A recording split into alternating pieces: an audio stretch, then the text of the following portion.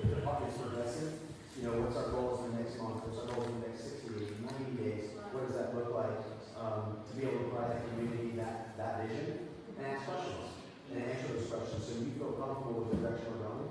And at the end of the day, it's also an opportunity for me to get information from you because we're here to serve the community. And so as you ask questions, as you have concerns, that's for me to take back and figure out, are those things that need to be addressed, are they being addressed?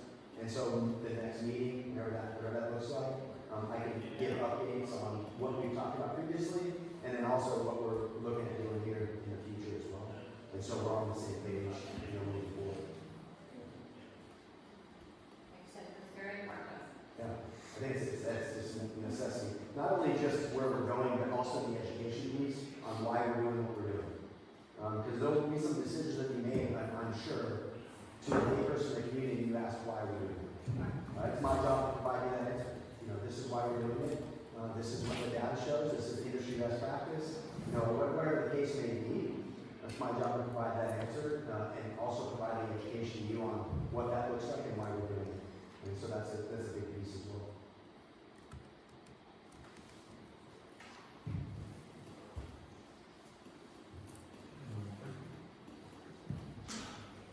How do you see the city in the future being successful in applying for federal and state grants for fire services?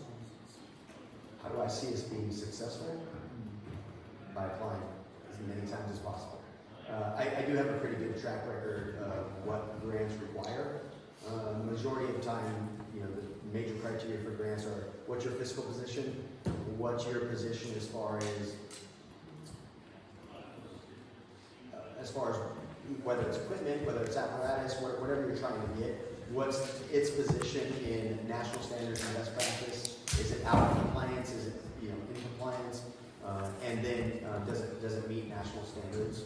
And so I've been pretty successful in that. So I would anticipate here soon looking at what grants are coming up to be available. I like to get ahead of the grant writing process. A lot of the grants is data driven though. Some of the grants we won't be able to apply for until we actually start a department and start running calls. A lot of it's based on you know, what you're doing right now and why you need what you're asking for. So some of the grants we won't be able to apply for until we actually start operating, which is fine. But I think we'll be fairly successful in some of those grants. There's lots of grants out there, state grants, local grants, federal grants that will be.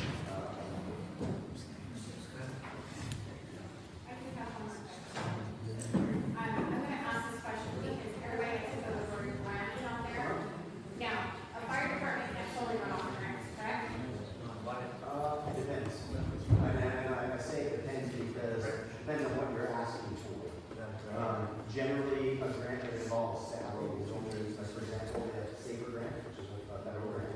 That grant's only good for 3 years.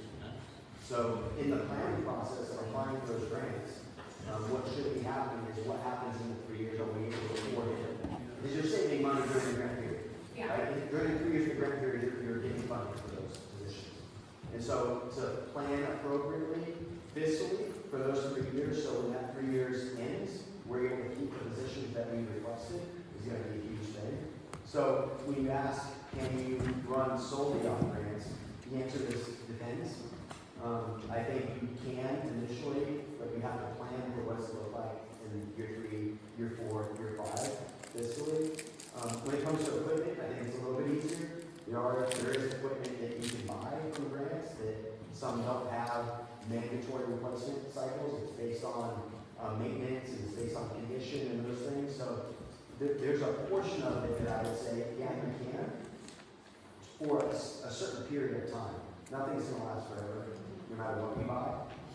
But my job is to make sure that we plan appropriately when we do ask for a grant. What are those cycles? You know, if we're buying personal protective equipment for firefighters, I know they're supposed to be replaced every 10 years. So what's my plan to replace those in 10 years? Right? So everything has that type of a cycle. So it's a great tool to resource your fire department with the appropriate equipment and allows you then to plan fiscally further out into the future. Right? So when that time comes and that grant period expires, or that equipment comes to expiration or replacement, you've already planned for that for the previous 5 years, right? And so you're sustainable in that way. But yeah, if you don't do that, you just provide grants every time, you could put yourself in a bad spot. There are fire departments on the East Coast when I worked there that they apply for safer grants, and when the safer grant ends, they apply again. And they would only give the staff department if they got the grant. And so, other than that, they have to lay folks off. And so you just have to plan that appropriately. And sometimes maybe you're getting the grant with the idea that, like, let's just say with personnel, that you're getting this total. I'm just making stuff up right now. You're getting 20 people, but you only intend to keep 15, in year 5. There's normal attrition rates and things that happen in the fire service that are in any business that traditionally certain numbers of people leave, and you can plan for that appropriately. So I don't think, no. The answer is no, not fully, because there's always costs associated with replacement, repair, and maintenance, but it definitely can help you be sustainable in the future. Thank you. So I hope that answered. Long answer for the short question.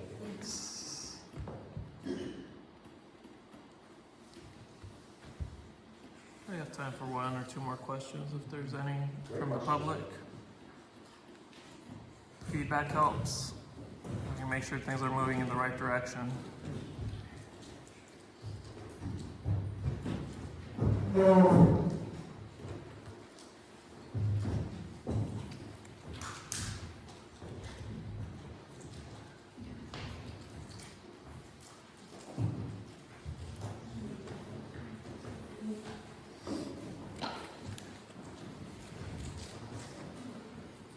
I just want to say that we have the grand jury on the corner, and we have Kings County Fire Chief, Mr. Chamberlain, and one of the fire department officers. So I think we have a nice group of community-oriented and city staff also. We have the police chief here too. But if anybody has a final question, because if not, then we're gonna start our city council meeting.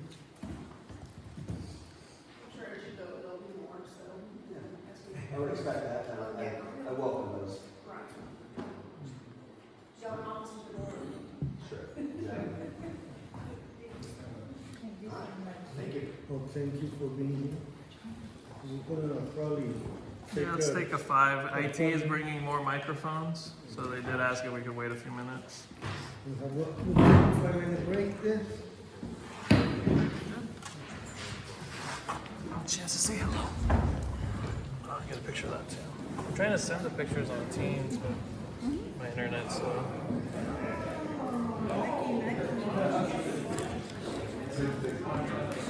Perfect.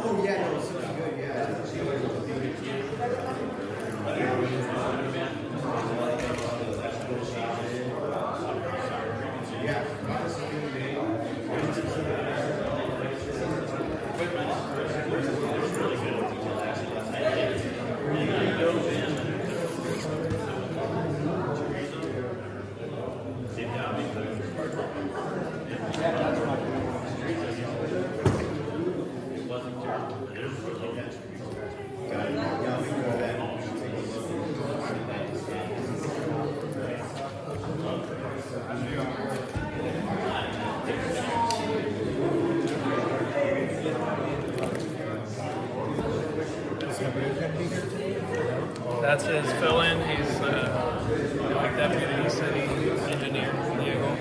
You need me to chat with him? I wanted to talk to him about It's fine. He's been swamped with our stuff. It was all right. It was pretty good. Surprisingly, the last few meetings I come to, there's a lot of questions. It helps. It helps.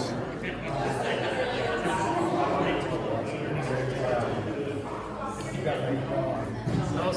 If that works, that's fine. You know what I'm doing.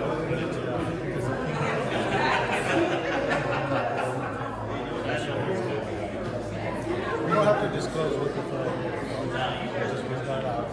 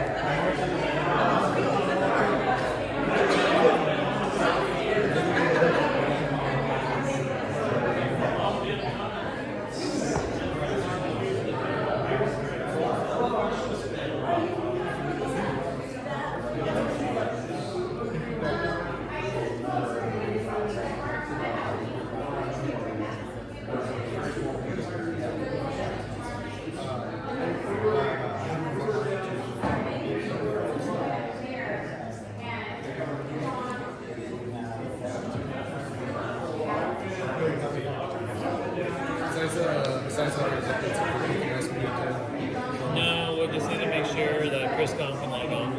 So John will be logging. Everyone else, it's just here.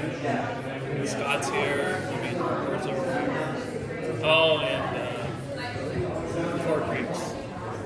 Because that's the Josh will be. Do we know, Angie? Josh is going to be presenting. Yeah.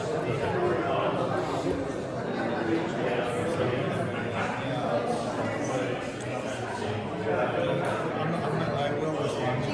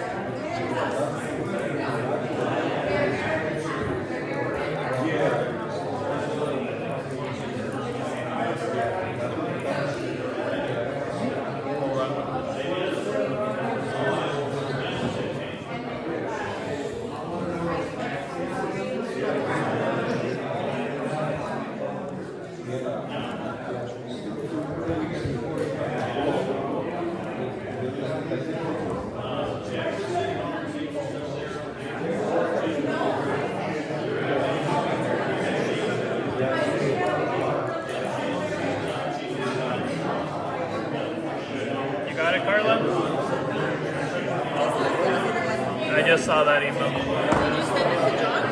I did, but it's from that same one. I'll send it to you right now.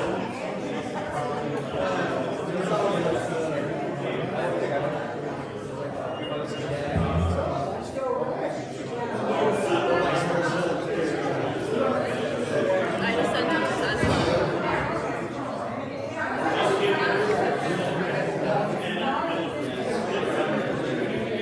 Why is that one different?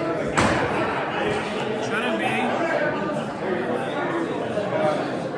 That's the one I'm logged into. Where do we meet him? Did I send the wrong one? Look at the link. Look at the link I sent Tesla. Yeah.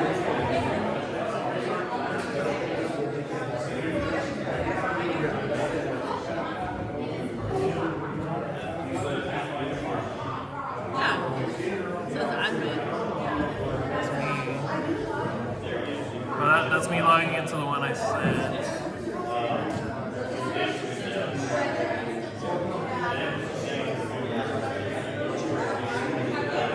Well, that's his personal meeting, though. Is that the one he's using?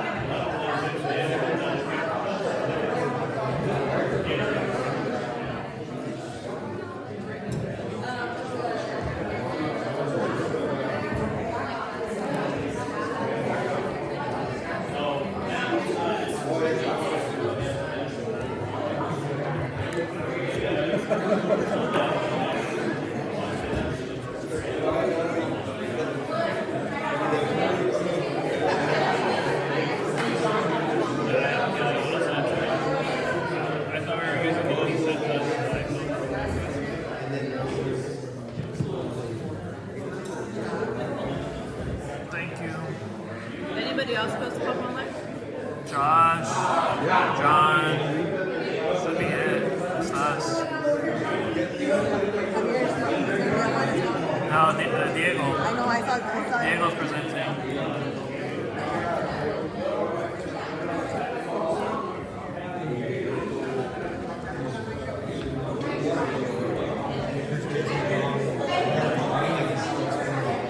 Oh yeah, safety meeting. Yeah, it was good though. We had Bob kind of help everybody build up their professional skills. Hey, where's Brian? What? Right? Brian. He's supposed to come? Yeah, we told him. Remember he came into our office and asked? Oh, we were ready. She was talking to them. Do we call him? Sure. If not, then we'll carry it.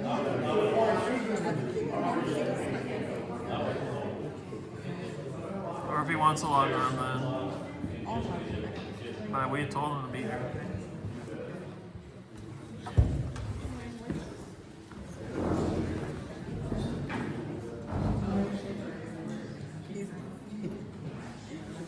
He's here. See?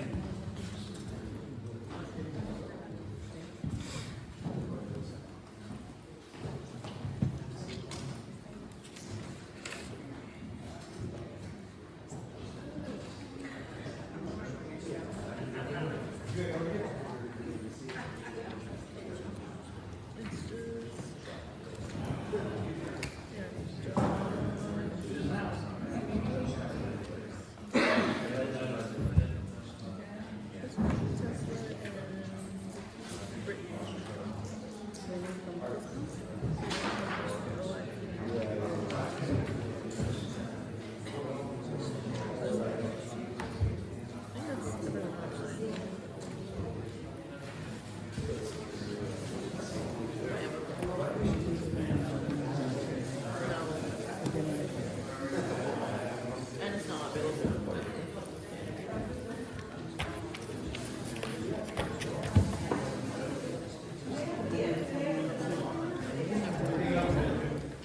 Hey, before we forget, Yes, sir. on this, this is actually not the one, but the CBD lawsuit, the one in the Ninth Circuit, they set it for oral argument in May. In San Francisco, we don't plan on attending because there's. We're barely a part of it. I actually met with the Bureau this week and we talked about it a little bit. But, I mean, if they have a virtual option, and that's something, I'm not concerned. Thank you. Cool. IT, are we ready? Make sure mics are on. Christine, 1, 2. Thank you. So, welcome to our regular city council meeting. It is March 12, 2026. The time is 5:37.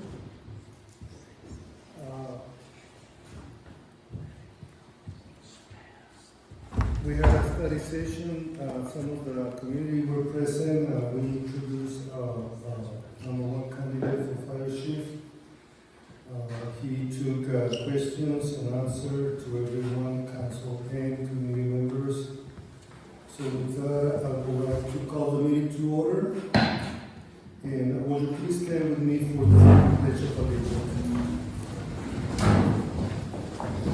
Ready? Salute. I pledge allegiance to the flag of the United States of America and to the republic for which it stands, one nation, under God, indivisible, with liberty and justice for all.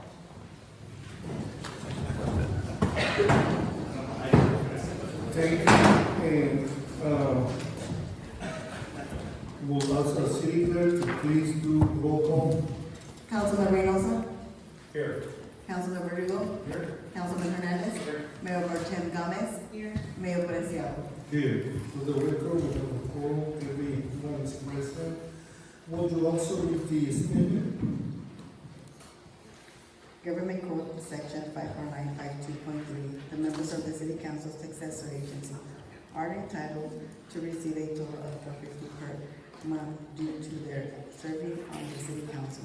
They receive no other compensation for serving as a member of the successor agency. Thank you, and with that, we will open public comments and unscheduled appearances. Would you also read that statement? This is the time it is reserved for members of the audience to address the city council on items of interest that are both on the agenda or not on the agenda and are within the subject matter jurisdiction of the city council's successor agency. State law prohibits any member of the council from commenting or acting on matters not on the agenda. The council asks that you keep your comments concise and respectful. Criticism, concerns, or support are welcome, provided that they are expressed with appropriate courtesy. Each speaker will be allowed 3 minutes. If timer will notify you when your time is expired. Please begin with your name and state your name and address. Thank you, but you want to go with the recognition first? Yeah, we can start with recognitions. We'll start with the special recognition. I believe we have La Carreta owner, Andrea Lopez, who is present, and we want to take this item. I'm going to hand it off to the city clerk, Angie Ortiz, to kick it off, please. Thank you.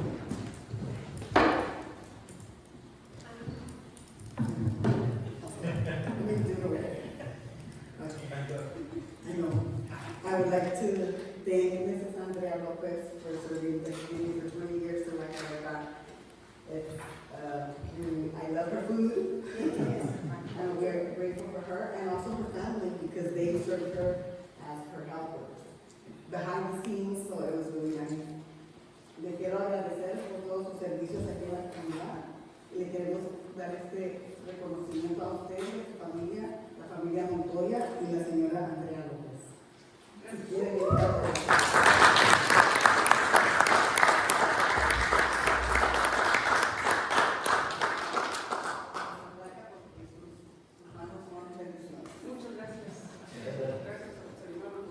and I told her that her hands are blessed.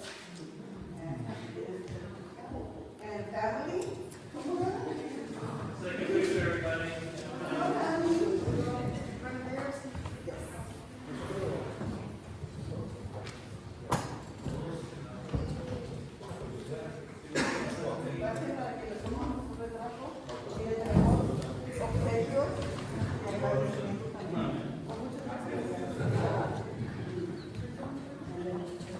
Just very briefly, I know a lot of our community members have been for more than 20 years. La Carreta helps serve our community, and Ms. Andrea Lopez did a lot to not just serve food, but also helping a lot of different causes, and a lot of the sports teams, a lot of the educational groups, and so it is a really big deal for us to recognize all your contributions. So te queremos agradecer por todos sus esfuerzos, todo lo que ha donado, su tiempo, dinero, y también la comunidad que apoyó mucho a los grupos de deportes, apoyó mucha gente, y no es algo que sí nos da tristeza ver que por ahorita la tiene que cerrar, pero esperamos que sigue contribuyendo y ayudándonos aquí en este pueblo. So, sí queremos, como digo, es un poquito de reconocimiento, una placa, también los certificados, pero igual siempre en lo que podamos apoyar, ¿no? ¿Les gustaría más un poquito más? Aquí para atrás, para que salga con todo. Para que salga con todo controlado.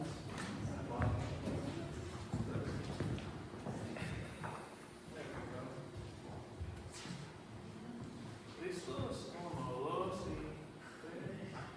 Oh, ahí sale. ¿Me perdió selfie? Yes.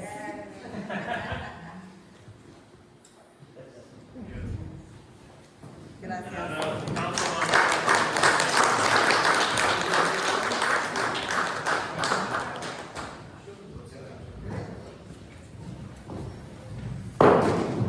So, yo también personalmente le quiero dar las gracias a la señora Andrea por su servicio a la comunidad por más de 20 años. A mí me consta que ella ayudó mucho cuando habían eventos de la comunidad, que prestaba los baños para que a no costo para que la gente los usara. También los equipos de entrenamiento de la escuela de carreras, tiene ella varios trofeos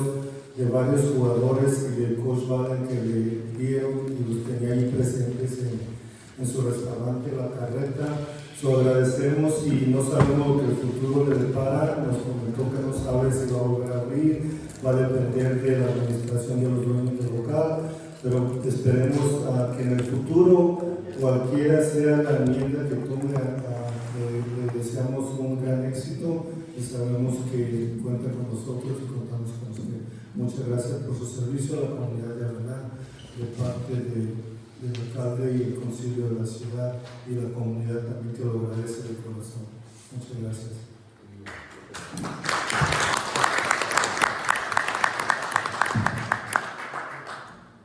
So we have another presentation, but she was told to be at 6:15. Before the agenda came out, we decided to move our closed session to the end of the meeting. So we'll probably start around 6:15 for her, for Marta Elizabeth from Mexican American Ladies Society. She'll be here doing also a presentation.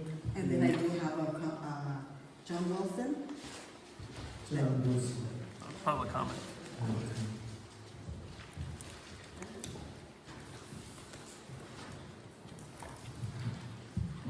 Can you guys hear me? Yes.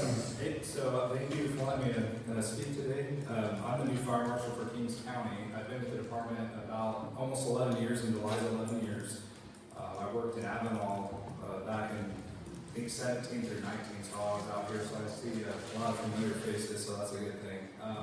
But I just want to formally introduce myself. Feel free to shake my hand. I'll talk with you. I'm like I said, new fire marshal as of last month. I look forward to working with the city and all the residents to complete projects or whatever we have going on out here. But another reason I'm here, I know this weekend we had a couple of fires in the city, and I know there's a lot of questions about it. So as of right now, both fires are under investigation actively, but I'll give you just kind of a brief overview of what we've had so far. So the first fire happened on March 7th in the 500 block of East Kern. Our initial call that we received at the fire department, our dispatch was 7:16 approximately in some seconds. Our engine was on the road from the time of the call out of the station 4 minutes and 30 seconds. So that was all the calls getting punched in the cab. They were on the road in 4 minutes and 30 seconds, and they were on scene in approximately 2 minutes and 27 seconds to that fire. Our crews on the fire that happened on March 7th in the morning, their primary goal was life safety and ensuring everybody was out of the residence. So that's what we're moving into. Unfortunately, a couple structures did sustain damage. That fire is currently under investigation. I have an investigator assigned just to that fire. And in regards to both fires, I'd like to thank Avenal Police Department. They've been in contact with both my investigators even today as we try to do some follow-up and getting info. The second fire that I'd like to discuss happened Sunday, March 8th. This happened in the 100 block of South Central. We received a call, our dispatch 11:37 that night on March 8th. From the time we received the call to when our engine had wheels rolling was 3 minutes and 29 seconds. And we arrived on scene approximately 2 minutes and 34 seconds after that. We were fortunate that one was a camper that was fully involved. We were able to keep it out of adjacent structures. There was a house under construction that did sustain some damage to the timber, so to speak, the framing. So again, that one's still under investigation as well, and I'd like to thank Avenal Police Department for helping us with that. And I'll end it with this, just a safety message. I have a lot, but the one I'm focusing on as I was driving over the hill is all the dry grass I see turning right, as well aware of the fires that happen. So just start thinking about that. Everybody within the city and surrounding, where start trying to get it knocked down prior to it drying out, so we don't start a fire while we know it. So thank you. That's all I have. Thank you.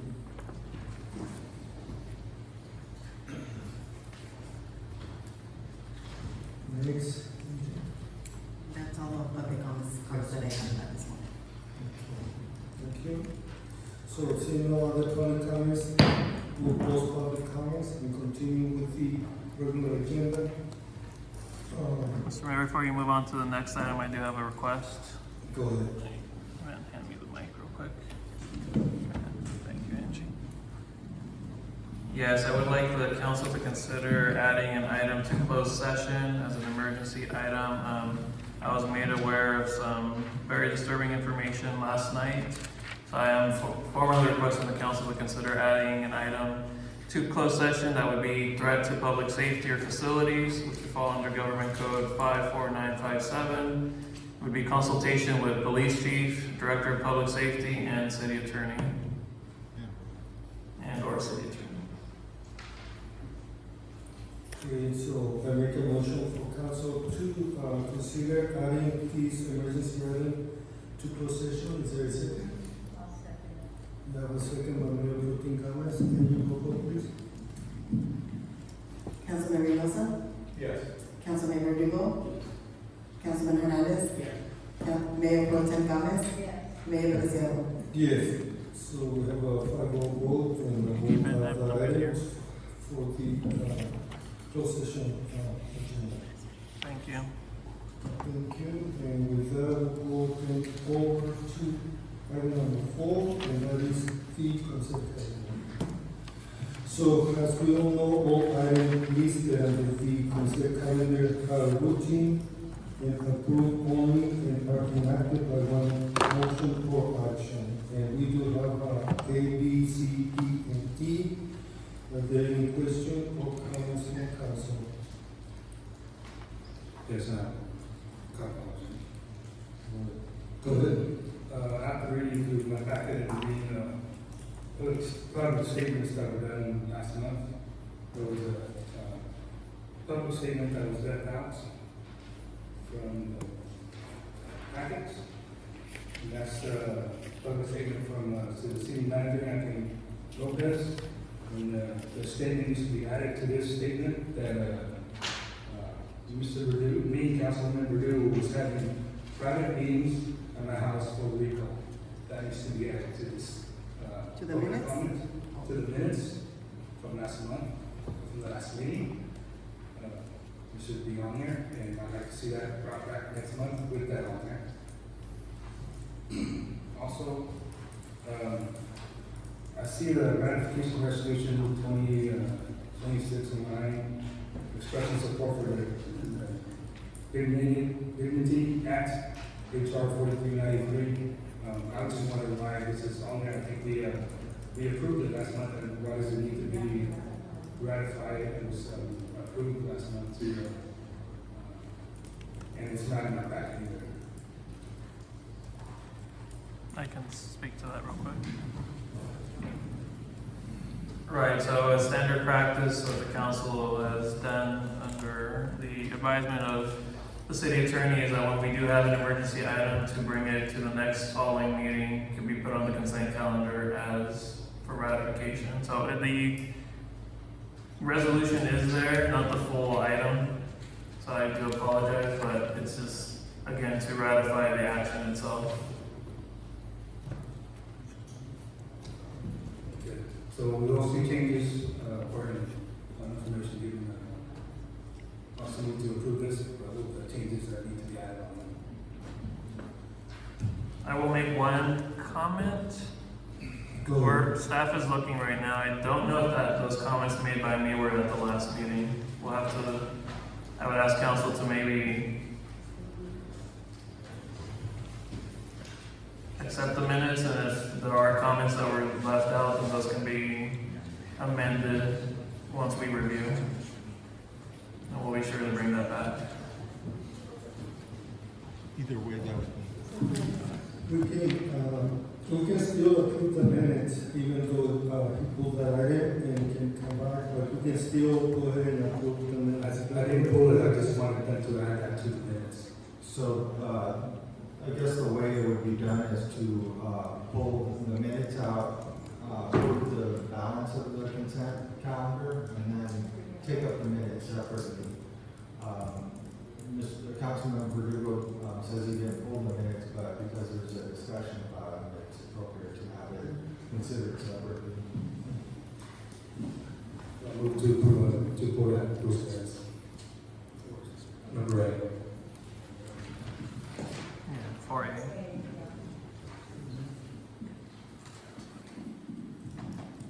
Next. Staff is reviewing. There's a motion on the table, is there a second? I'll second it with the eliminating A, right, until Correct. 2 weeks from now. And so I'll approve B, C, D, and Sorry, so the motion on the table was to pull the minutes, and that was motion by oh, okay. Councilman Verdugo, second by Mayor Pro Tem Gomez. Well, pulling something from consent doesn't require a Okay, motion. thank you. So I think, was it a motion to approve B through E? Yes. Yeah, it's a motion to approve 4B through 4C, 4D, and 4E together. I'll motion, and then we He need a made the second. motion already. Okay, so, thank you for the clarification. And we don't need to approve the. Councilor Reynosa? Yes. Councilman Verdugo? Yes. Councilman Hernandez? Yes. Mayor Pro Tem Gomez? Yes. Mayor Preciado. Yes. So minutes approved. Well, no, not the minute. Not the minutes, but B through B, E. C, D, and E have been approved, and we'll bring it back once that information is gathered and presented to the council. With that, we'll go over to item number 5, which is Mayor Councilman Miller and Citizens Agency items for consideration. Excuse me, just to clarify, as council would like to consider the minutes during this meeting or just table it to the next meeting? I think we can find out whether or not they were included or not. We'll take an action on it once we present the information. We can take it at the end of the meeting. So we'll add it as new business? Yes. That's fine. It'll That's be, the whole intent when somebody pulls anything from the consent calendar, it can be discussed and take action after that discussion. And that's what we'll do.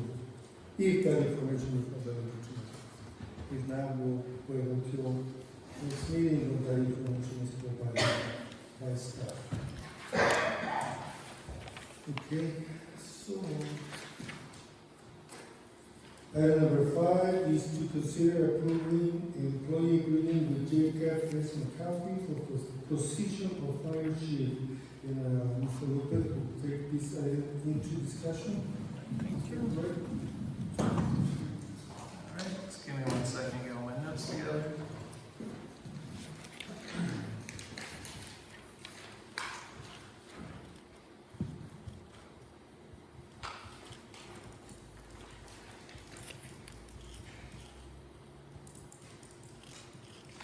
All right, thank you, honorable mayor, city council members.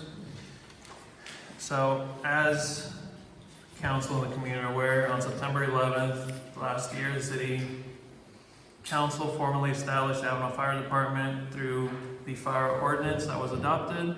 Since then, the city has been taking steps towards establishing and getting a fire department up and running. Throughout that time, we have had assistance from consultants to kind of help guide and give a framework to building out a local municipal fire department. In that meantime, in December, the city council did approve the job descriptions to a fire chief as well as an assistant fire chief.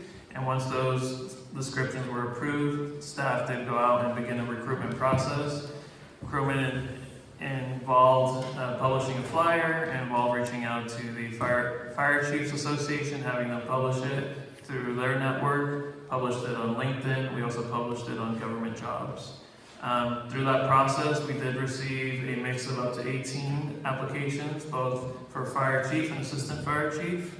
In that process, we did have Assistant Chief of Police and Public Safety Manager Robert Navarez, who vetted all the candidates. We did have candidates both local and from out of state. In that vetting process, we had a rubric and criteria. He scored each of them, and we decided to kind of continue the process with the top scoring candidates who seem most viable and would probably be a good fit for Avenal. And in that process, we did hold interviews. After that, we kind of selected a candidate that we felt would probably be the best. And that was about a few weeks ago. And in that, staff, myself, did come to the conclusion that Jacob McAfee would be the finalist for this process. So for the past 3 weeks, we have had Jacob, who's visited Avalon now a number of times. He's spoken to our consultant, Ruben Veliz, to kind of get up to speed on what the foundation of this fire department is at. He's also had the opportunity to meet with individual council members as well as a group of council members. He's met with city staff, and at least at this point, he has not run away. And most recently, right now, we did do a meet and greet with the community and with the council. So suffice to say that through this process, and I gave a little bit of his background here, he's already mentioned it about 7 or 8 times from all the meetings I've had him and people I've had him meet, that he's been through the path that we're trying to get. He has a vision for having a very goal and community-oriented fire department that would be data-driven and to ensure its efficiency. And that aligns directly with what this council and what this community has been asking for in having a fire department. Unless there are questions, the best way I can describe it is that Jacob is the best person for the job. We are kind of at a standstill where we have a lot of the foundational pieces. We have the next steps we'd like to take, but we don't want to tie anybody's hands, the first chief, with a situation or with equipment and such that maybe not up to par. So we would like to move forward with having a fire chief that can start bringing in the direction and fulfill the vision to the very end. Trying to think what else. I mean, Jacob has presented himself quite a number of times. I'm not sure if council would like him to present himself one more time. I think most of the people already kind of heard that. But after vetting him and after now all the council members today, Mayor was the last one to meet him. Councilmember Duda was able to spend some time with him last week. Other council members got to meet him yesterday, and the mayor just met him right before this meeting. But I have been sharing his 6-month kind of plan for the department, just at least with what he knows right now. And he also has already some thoughts and ideas of where he'd like to go. And I'm going to be honest, he's already hit the ground running. He's already been sending me ideas and thoughts, stuff he'd like to see happen. He is winding down his other commitments. By now he's gearing up to be ready to start next week. So at this time, staff is requesting council to consider the employment agreement. It does offer for 3 years with a possible extension to 2 more years. This will help us get this department started on the right foot because Jacob has actually been down this road. It helps starting a department and being a chief. Unless there are any questions, staff's recommendation is to approve the employment agreement. I know city attorney was able to review it over the weekend and button up a few little things, and so approved as the form. Yes. I just want to make a comment and also clarification why I didn't need the potential new fire chief until today. Last week I was representing the city with the San Joaquin Valley Policy Council in Sacramento for 2 days, and this week I was representing the city at the California Association of Governments in Long Beach for 3 days, Monday, Tuesday, and Wednesday. So unfortunately I didn't have the opportunity to meet him before, but I did make time today to meet with him before the 4:30 meeting because it is important. So I was not sick, I was doing city official business. So I want to make that clear. Yeah, so not to make it seem like Mayor didn't have time. More so just we, as staff, try to make a process to allow everyone an opportunity to get to meet him. And Jacob has made time, and he's visited now a number of times, and he's already kind of getting up to speed with all the items and kind of plans we have ahead. So any questions from council? If not, is there a motion to approve? I have a statement I want to read. I want to make it very clear for the record that I cannot support moving forward with this hiring of this fire chief candidate who has not been properly interviewed by individuals with relevant fire service knowledge. The 4 individuals that did the interview don't know nothing about what it takes to be a fireman or a fire chief, or the experience. The fire chief position requires specialty, leadership, operational decision-making, and command expertise that can only be adequately evaluated by professionals who understand the fire service. Without that level of professional evaluation, I don't believe the hiring process was properly done, provides the due diligence necessary for such critical public safety position. This council needs to consider conducting a formal interview with a qualified fire service professional before making any final hiring decisions. Thank you for the comments. Were there any other comments from council? No?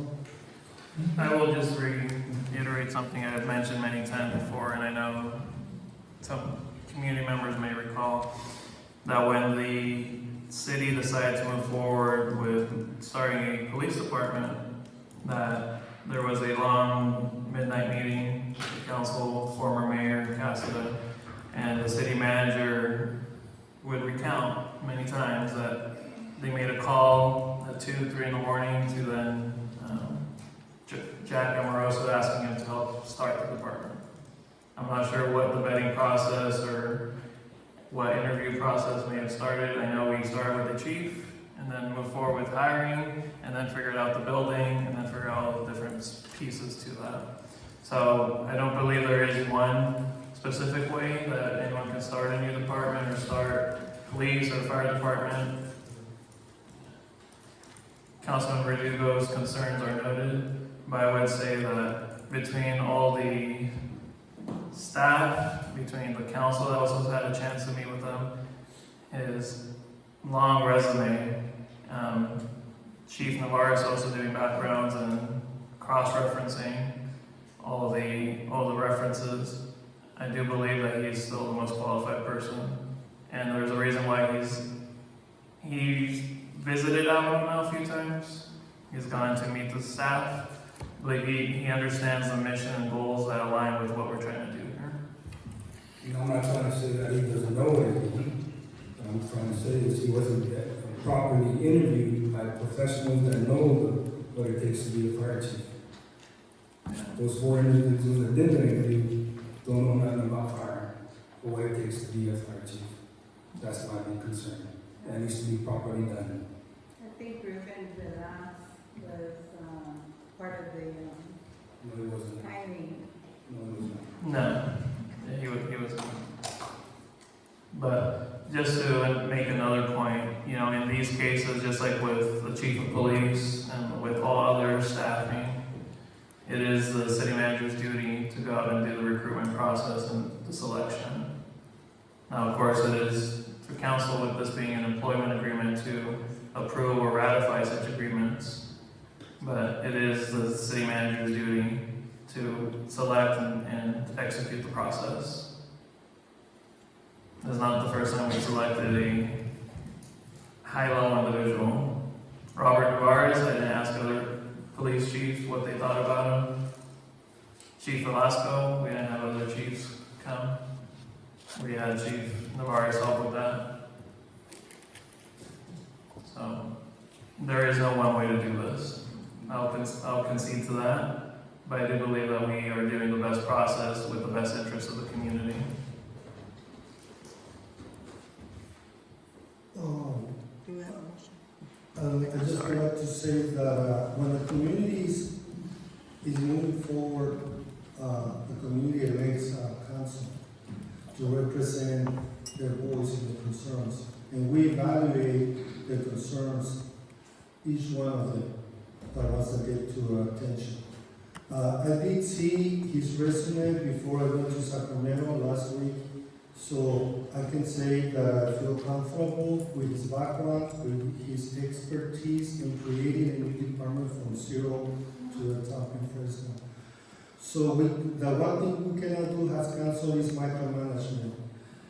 One example is the consent calendar. Time after time, we tell every council member, you have questions, call City Hall. Call and meet with the city manager or the department that you have concerns. When we open consent calendar, it is supposed to be approved. If you're going to ask any question, it is not the time to debate any item on consent calendar.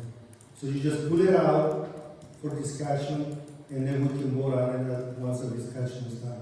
Same thing right now. You couldn't have the time to call City Hall before tonight. We only meet twice a month. Coming soon in the summertime, July and August, we only meet once a month. November and December, we only meet once. Also in November and once in December. The city needs to move forward every single day. The city has to provide the essential services the community provides. And to me, we cannot stall. We cannot wait. We cannot micromanage and direct our city managers, our department heads what to do.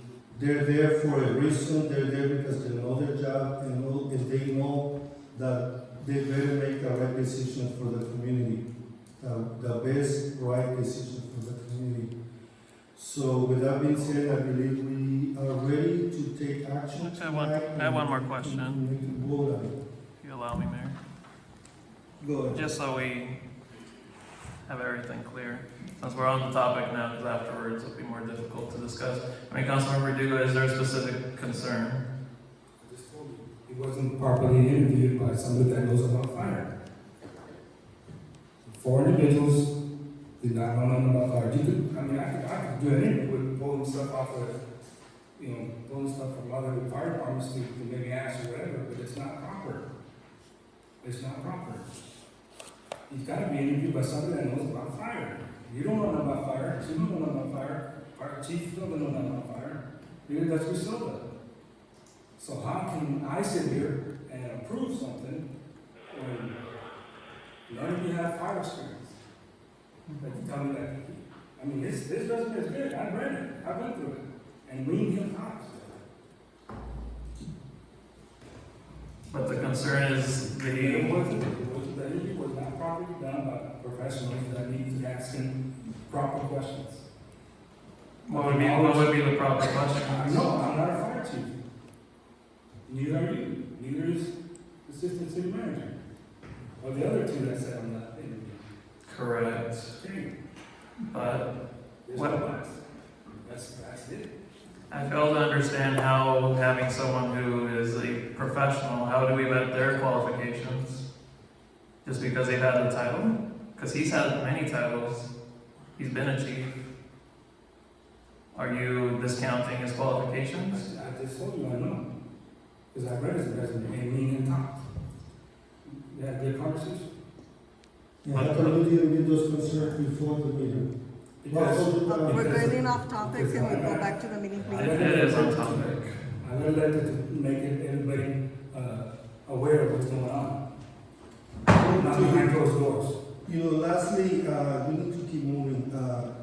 Lastly, to hire an outside company to do the hiring process, it will cost the city at least $30,000 just to hire somebody.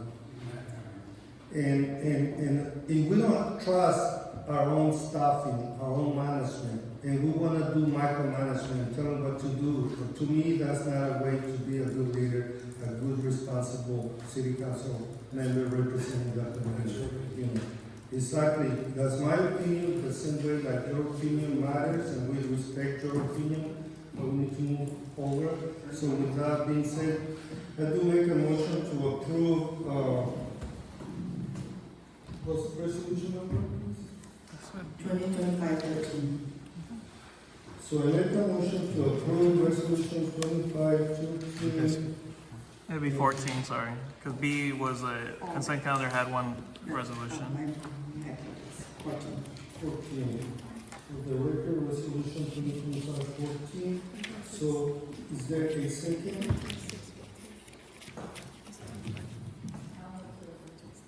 We have a second by Mayor Pro Tem Gomez. Can you roll call, please?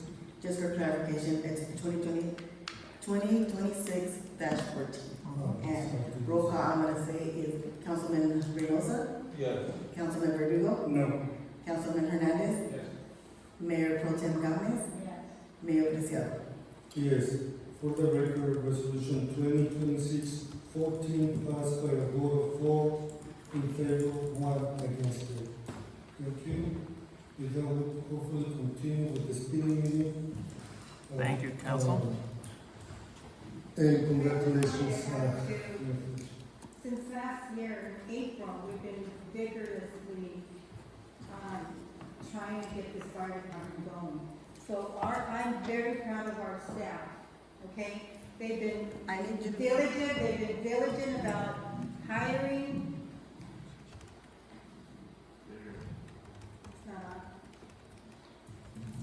I am very happy with our staff.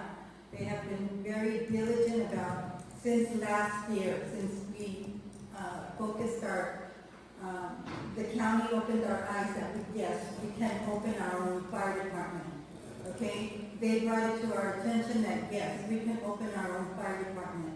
And since last year in April, we've been diligent about getting information from different counties, Colinga, Lemoore, Hanford, Fireball. We had city meetings here with all kinds of professionals coming in and telling us how we can bring this about. Don't tell me we didn't do any of this work. This man is very qualified. There were 18 people that we looked at. He was a top guy. Every one of us interviewed him. And I feel very comfortable with him because he's opened up, he's brought a fire department from ground up. He's in the military. This community is a military community. Just be out there on the 4th of July. We have a big community here. And he's one of us. I'm military as well. Don't tell me that our staff is not capable of hiring a fire chief.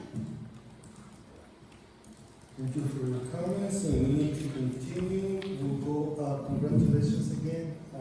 Welcome to the Adams family. We're looking forward to work with you and collaborate and support you and the whole fire department. With that, we'll go into item number 6, which is activity reports. And the very first one is County Board's Code Enforcement Animal Control.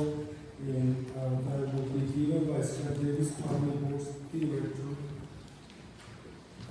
Good evening, Mayor, members of the council, community. For you, we have our Public Works report for February of 2026. Our Code Enforcement Department has been sending out weed abatement notices as well as courtesy calls to property owners. The report this month from Code Enforcement does reflect a little bit different than what it normally does. It is reflective of the vehicles being addressed, not just tagged or abated. There's a different process with the abatement part of it, with the letters and everything, but our code enforcement officer does contact property owners. There are certain reasons that vehicles are not removed as long as the site is as tidy as can be, if the vehicles are not completely dismantled. He has addressed a few places that have vehicles that are being started to be dismantled, and so that is being addressed, but we are working on it. Illegal vendors have been increasing again, and the graffiti is down, and Luca continues to work to flex hours to address any problems. Staff continues landscaping to maintain Rice Park landscape areas on Skyline neighborhood parks skate park, Ken Brown Safety Center, and Elliott Park, the new kids park as well. We're continuing to make sure all of our irrigation systems are working properly and we're ready for this warmer weather. Animal control, they're continuing to maintain the animal shelter to a very high standard, in my opinion. We still have good numbers with the spay and neuter program, with having 15 for the public, 12 for the shelter, and I did include the TNR, means trap, neuter, and release. They had 8 of those in February. Rescue numbers were good in February with 28, not quite as good as January was, but we didn't have quite as many of the rescues show up in February. March is starting to be a good month for rescues again. They are patrolling more, leaving dog hangers for dogs running at large. They're using the door hanger as a warning, and the next time, I guess I can't spell time, will be a citation. Hopefully this will get the pet owners to take more responsibility for the pets and not let them run large.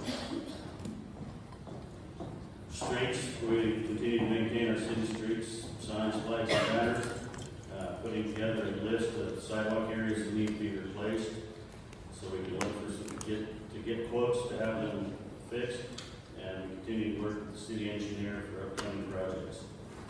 Water distribution, staff continues to repair and maintain our distribution system within the city. We had no leaks on main transmission lines in February, and we continue replacing meters as they stop working, and I'm still working with the city engineer for grants to replace all the meters with new technology. For wastewater collections, we continue to report monthly to the Regional Water Quality Control Board. Regarding our overflows, we had 12 calls for sewer plugs. Most were due to the wipes that seem to be flushed too often, and staff continues the enzyme treatment. We did have a couple of zones that we increased the enzyme treatment because we're seeing more problems with grease, and that has taken care of the situation in those areas. And we continue to maintain our city-owned property, vehicles, and equipment, and continue to report monthly and quarterly to the San Joaquin Valley Air Pollution Control District. Are there any questions? Any question for Scott? There has been some activity down at the end of Corpus Street with the, I don't know what they're doing, they're putting fiber optic down there or something, or? On corporate, yes. They were putting, that was AT&T running some fiber optics to that.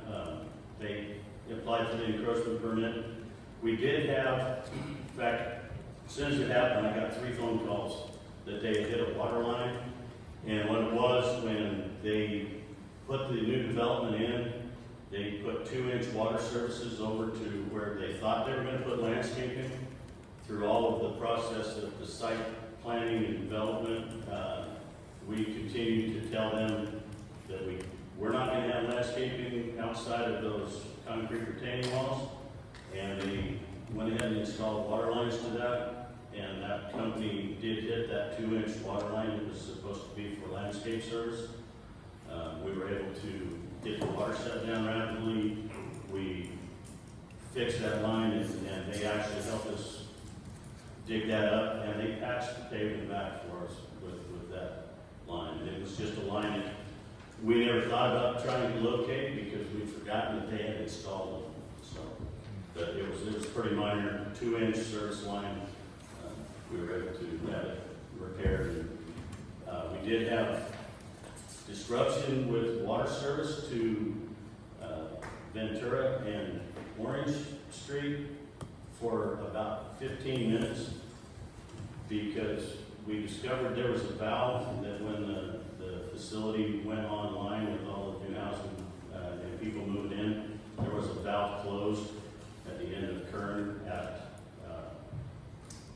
Grangeville. So when we isolated the area of the leak, it actually shut off that whole backside because that one valve was closed. We got that valve open, we reestablished water to the rest of the community, and during the repair, there was actually no house got shut off with the way the valving system was. It was kind of a blessing in disguise because we discovered the valve that was closed evidently from construction. So is that the only area that's gonna get fiber optic, or? I'm not sure. They don't tell us why they're putting in a fiber optics line or what part of the community it's gonna serve. I can comment on that during my report. Okay, thank you.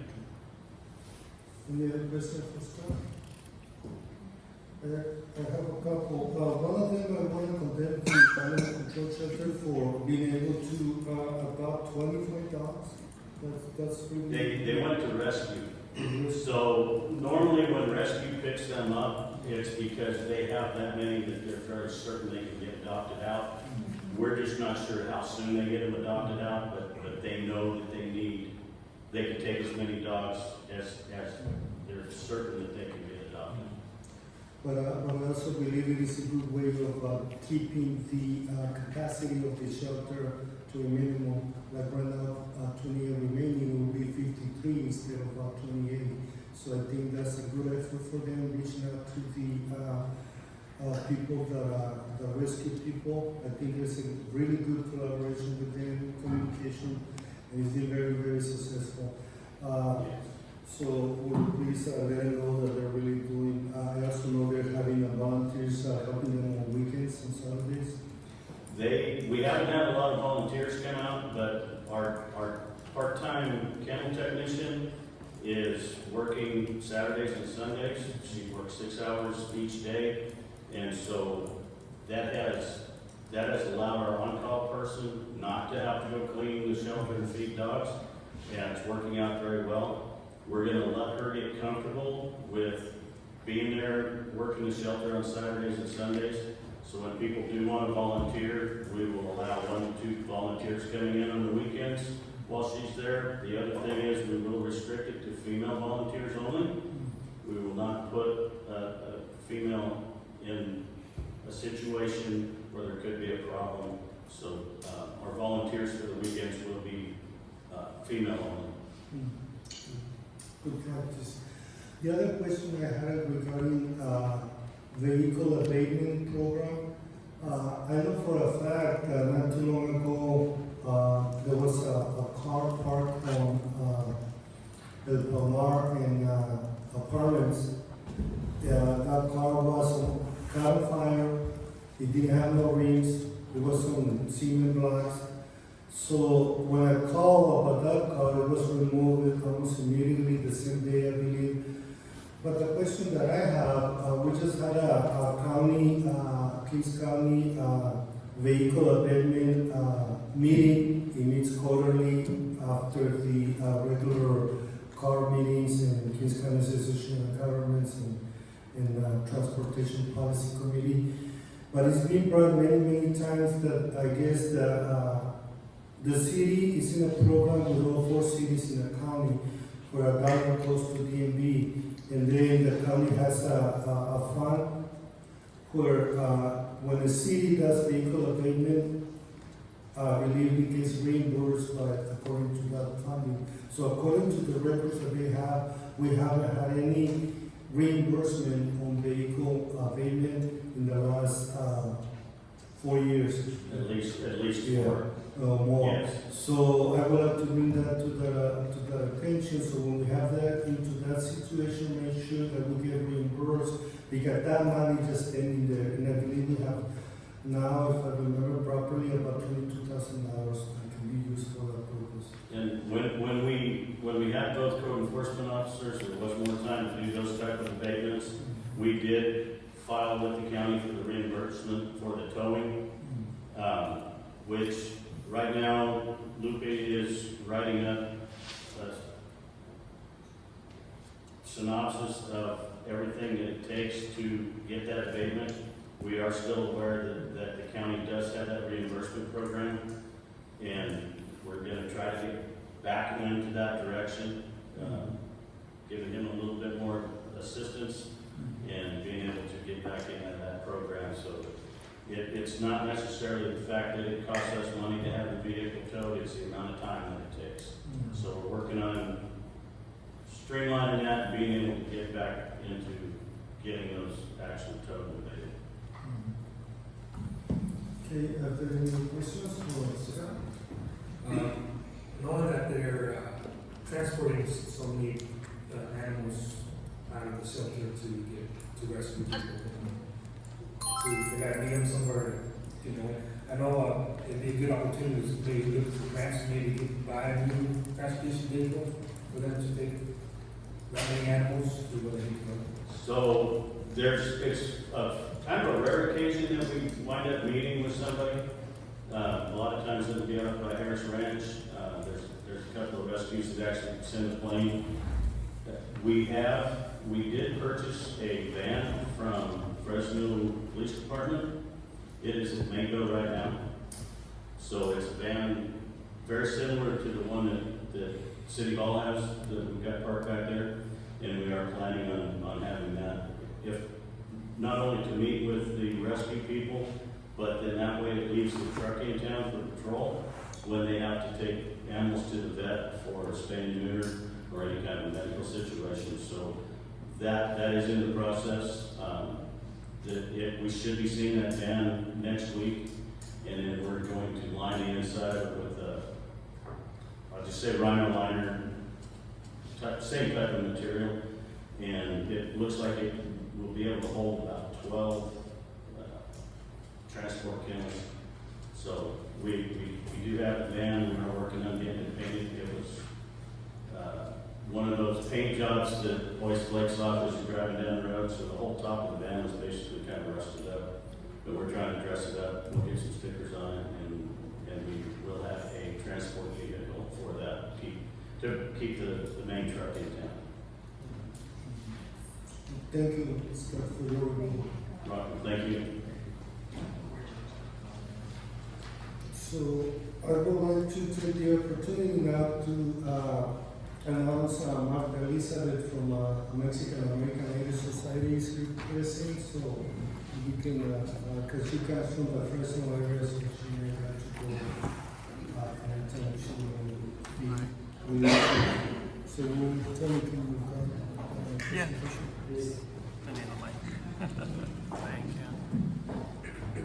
So, thank you, Honorable Mayor. So, we are essentially kind of bringing back public comment briefly for a special recognition. We do have the League of Mexican American Women here, have their president. Yes.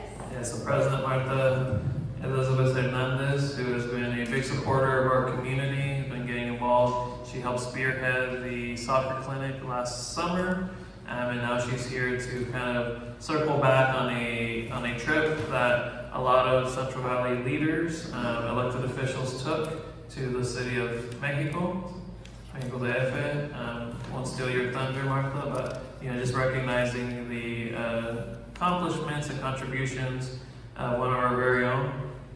And I'll pass it on to you, Martha. Go ahead. Hi, good evening, Mayor, City Council members, ladies and gentlemen. Thank you. Of course, we're always supportive of our group. So I came because I thought it would be worth, or that everyone should hear what we've been doing. So I represent Mexican American Ladies Society. I'm the president, and our chair is Mayor Alma Beltran. But she's in a COGS meeting this evening, so she couldn't be here, but she would have loved to have been here. So last year we took a trip to Mexico City, and our mayor here came to join in these bilateral efforts for our communities, for our children, and para los trabajadores mexicanos. And so he was officially baptized as the padrino for Mexican American Ladies Society. I do have some things that the Cámara de Diputados Federales of Mexico City would like to present to you. But I want to tell you, I want to share this, that is so significant when we work together. You know the crossing, you know the undocumented is real, we're not going to hide that. And you know that we have to keep our kids in school and in sports, because if we do that, then we keep them off the streets. We're also, and I want to share two things that have been accomplished with the assistance of the mayor here with his participation, is that the Secretaría of Educación for any Mexicans out in anywhere in California It's called, and I have to read this because I'm not very good at memorizing. This is a lot. Instituto de Capacitación para el Trabajo del Estado de Michoacán. So it's called ECATMI, they call them that, con la Secretaría del Migrante, Secretaría de Educación. They offer these certificates of functional English, some computer managing, how to process food, when they're talking about the cleanliness, and then computer awareness, like if you're starting your business, they will train you how to manage social media, and then how to start your business or how to be prosperous in your business, how to get it going. And so if you're born in Mexico, we can provide these through the internet, and your residents can actually receive a certificate that's going to have the Secretaría of Educación stamp. And this is huge. This is really huge because I think you all can agree that when someone accomplishes, any of us accomplish any certificate, it doesn't matter what it is, that uplifts us, that makes us feel good because we're growing professionally, and if we're growing in some way, then we help build strong communities, and so this is just so good. So that's one of the things that we're able to offer, and we're going to do it through the Mexican American Aid Society, and this will be the first city that we implement it. If anybody is interested, we'll have those conversations later. But I just thought that why these bilateral conversations are important and how we can work together to improve, the communities. And then the second one is that we're speaking to La Liga Mexicana to where we can have a visoria once a year in the rural communities. Maybe your city mayor, we gotta talk, we gotta have these conversations, but I am rooting for yours. And what does that mean? It means that, there's a lot of kids that really wanna go professional in the soccer league. And we all understand that, out of 500 kids, maybe one will make it. But just having that opportunity where we can showcase our talent and then having those contacts, that's really good for your community, and I want you to know that it's real. We will bring the visorias. I've done it before, but now that the mayor, and Mayor Beltran is also very involved, she was actually the first mayor to really just support everything and anything that we were doing, and this is why we asked Mayor Preciado to go with us. We will be doing that trip again this year in October, and we hope to be able to sit with the President of Mexico. This is how big it is in these bilateral efforts. Then we also have an effort with women, the international leadership, which is what we want to do. And these are professional women or leaders in the community that we take them. We show them how it's done in Mexico, and then we collaborate, politicians in Mexico here. We also host a gala every year. I broke my foot last year, so there was nothing going to happen, and that kind of delayed everything. So that's when we showcase them, and we bring politicians from Mexico to come see our communities and how we can work together.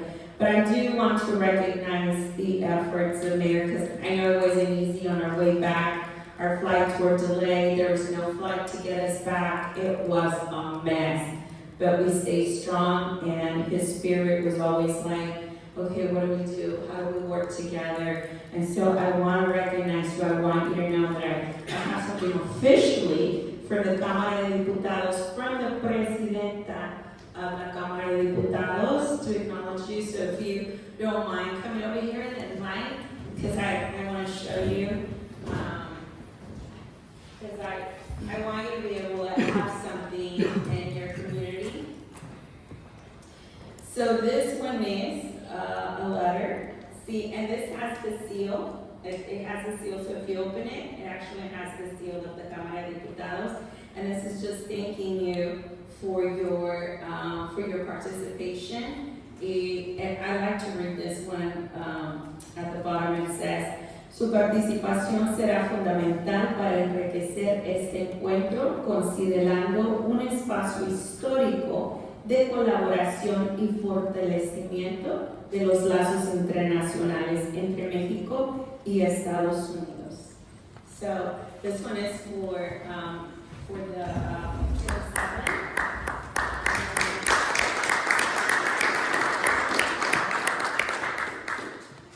And then this one is, I want to read this little paragraph. It says, en nombre de la Cámara de Diputados nos permitimos expresarle nuestro más sincero reconocimiento por su destacada participación como ponente en el encuentro binacional sin fronteras para la educación, sin fronteras para los sueños de nuestros jóvenes. And so I thought this was so good. And it says right here, Kenia López, Presidenta de Cámara de Diputados. Muchas gracias, alcalde.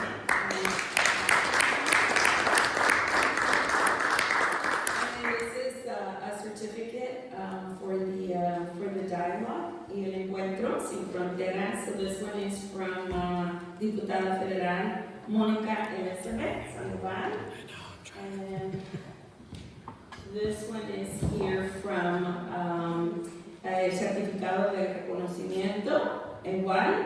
And these all have seals. I just thought it would be so nice, you know, if I bring them and already framed for you. But these are official and they are sealed. And then the last one, again, and this is for Alvaro Preciado, Mayor, City of Avenal, California, El Padrino, Mexican American Ladies Society.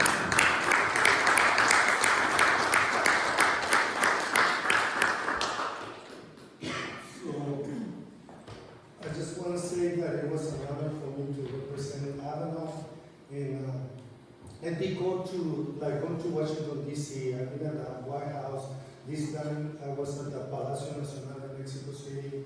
We also at the Cámara de Senadores, with the Senate House.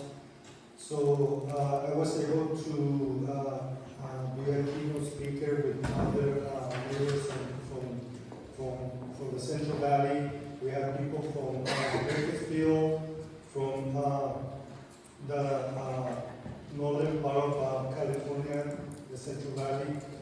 But I think collaborating with different another country, especially when we have a huge population of Mexicans here. I am a Mexican American, and you know, when it comes to barriers and helping people, you know, I was one of the first options to be asked to go because we have a state prison in Avenal, and because I've been involved with the Mexican American Ladies Society, I've been to 3 of their annual dinners with the most elected officials from the 8 counties in the Central Valley. We were grateful that Marta Elizabeth was able to bring soccer Chivas team to Avenal. We're planning on a second event this year. Hopefully, we have a time for April 28th, I believe so. And just collaborating, we didn't just talk about immigration of fentanyl, and also talk about state prison, how you know, Mexico is really trying to help the people that are here in the United States. Sometimes they go to a prison and they have no way to get visiting people that may not have a legal status, so it's very difficult for them. So they see a benefit to have a relationship and collaboration with mayors that have state prisons in their communities, so we can give those family members the opportunity to go and visit their loved ones that are in jail.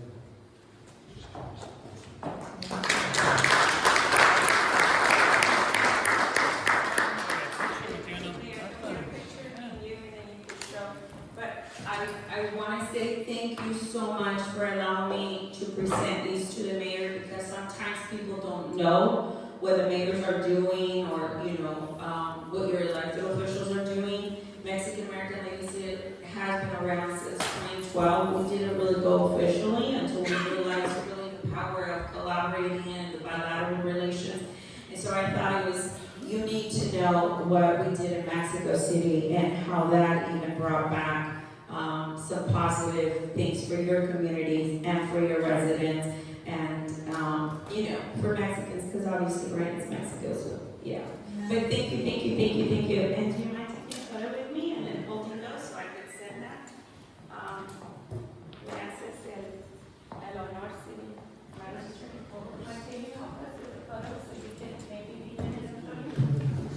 Yeah. So, I'll send these to the Cámara de Diputados, so they know it's matter. I'm going to. No, jump in right now. Okay, good. I want to make sure you get a good Does picture. anybody else want to see? Have any extra arms? We're in the back. Okay, good. Can you see them? Yeah, just go all the way back against the table. Okay. There you go. That makes it Should better. I leave, or should they come around? There you go. 3, 1, 2. Now you need some extra arm up here. Okay. You want to give me one? There you go. That should help you. You can grab one. You got mine?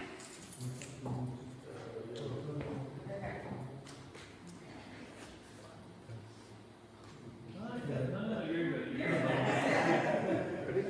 Yeah.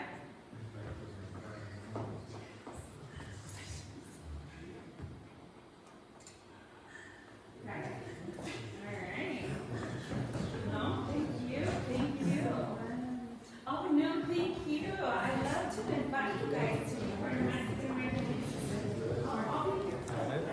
And then I'll be here. But I'm going to have to talk about it. Yeah.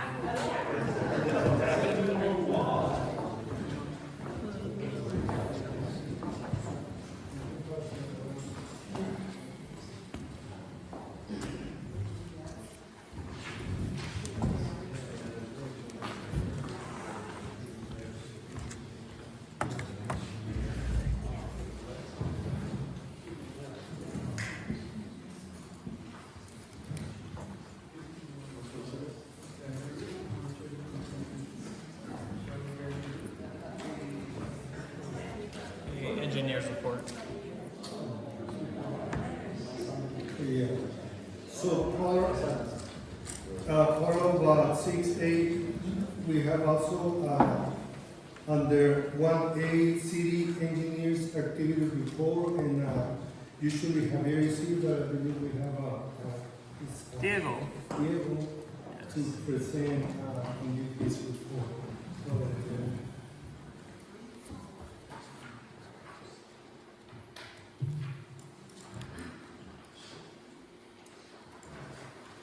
Good evening, Mayor and Council members.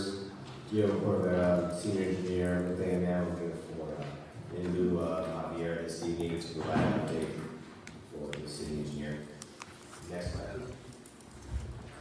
We're going to begin just to go over the progress at the Community Center building that is actively undergoing construction. Next slide. Some of these images, they're kind of most current. They're working through the exterior work as well as interior. Go down to the next slide. Yeah. Working on the facade. They actually recently also installed the city name on that same facade. We keep going here.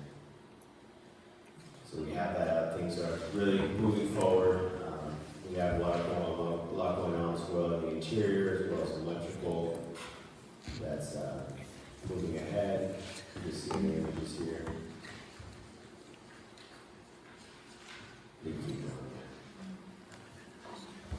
So we did have flooring delivered, so the interior is continuing to be worked on. They're about halfway through the flooring. So it's really turning into a complete product, something that people can walk in and really feel the space. Insulation is moving forward. The large fans have been installed as well. So definitely progress being made. Still more electrical work to be done, but as you can see, some things being done here. HVAC systems all in place, really state of the art. And actually, let's go back up. Just real quick, so just in general, Mary got asked a couple of questions related to electrical. So the plan is still late March, perhaps even more so mid-April, to run the facility by a standby generator with coordination then with PG&E and switchboard. We think realistically between getting the electrical equipment that's needed, having it tied in and inspected, PG&E likely probably till June, but we'll definitely, once the equipment's in place, once everything's installed, we'll expedite inspection as much as we can and see what we can do with PG&E to see if they can get things going as soon as possible. But there will be that standby that can work in the meantime. And we think that's more like mid-April, just to finish everything else off. All right, we can, next slide. So the citywide master plan, that's still ongoing. There's community outreach that's moving forward, as well as in-house work on modeling the existing system with then proceeding into the proposed system moving forward, with more updates to come as that progresses forward. Next slide. And so we did, which I think was mentioned, the last one, we were awarded funding through the Clean California grant. It sounds like there's going to be potentially some establishment of committees and things to be had moving forward. Agreement is signed, still pending the formal execution by the grant agreement, but that process is moving forward, so that'll be, I think, a nice product for the community. Next slide. And again, something else just to note on the $4 million Avenal storage tank to be upgrade. That is just awaiting the state at this time for the final contract to really kick that off and get that moving forward by Congressman David Valadeo. Go to the next slide. And then this is just the table here, overview of the grant application that we're going to be going after. So we do have a statewide park program that we'll be looking to submit for funding on that. Cost and project also to be determined. We'll be going to the community to get feedback in that regard. The active transportation program is also upcoming here in June. So we've had at least one outreach event so far for that, and we intend to have some more with the tentative one scheduled with the schools. And we'll be definitely coming back to the community to identify a project that the community is interested in that regard. Highway Safety Improvement Program, another grant fund that will be looking to get money for and submit an application. The cleanup, community cleanup, and one of the CCDP grants, so we were awarded $300K, so just pending final agreement, because that will then move forward as well. And public land, as we can see, so these other ones we did apply for the Rice Park, for the Hydro Road we applied for, those are the dollar amounts we applied for, so we're just pending feedback from the granting agency for those listed there. We can go ahead and jump to the last slide. And just so the community is aware, here at the council meeting, there is the community workshop that's going on tomorrow. It's really intended to be for local community, really to get together, brainstorm among themselves, and really kind of define what they want to see for with the state grants. So that's where I believe A&M as the engineering staff will not be in attendance, and really just want to let the community just engage and kind of provide ideas that we'll definitely have subsequent meetings to come back to and dig through all the feedback that's gathered in there. So with that concludes my presentation. So I don't know if you have any questions. Any questions? $300 grant for the cleanup. What does that grant actually cover? What kind of programs would that cover? Or it would be for kind of beautification of an area of town, and it really is pretty broad in terms of what we want to do with that money. So we're going to be going to the community to see what they want to do and how far we can stretch to $300,000. you can't purchase a new street cleaner with that grant? I don't know. I don't believe we'll do that. So, any other questions? So the Do you expect the $4 million be enough for the water reservoir? I believe we replaced one in Coringa about 5 years ago, and it was a 3 million gallon reservoir and cost a little over $3 million at that time. So do you expect any additional funding needed to finish the project? At this time, that's something we'll have to dig into a bit further. I'll make note of that question and I'll take it back to staff and back out here, and we'll be evaluating that to see if we do need funding or not. We're hopeful, I think, that this will get us through the project, but let me give more information on that. We'll get that question answered. Thank you. And lastly, I just want to congratulate A&M because you guys been very successful when you guys apply for grants, and we can see it every meeting. You guys have been on top of it and aggressive and being successful, and I think that's what it takes.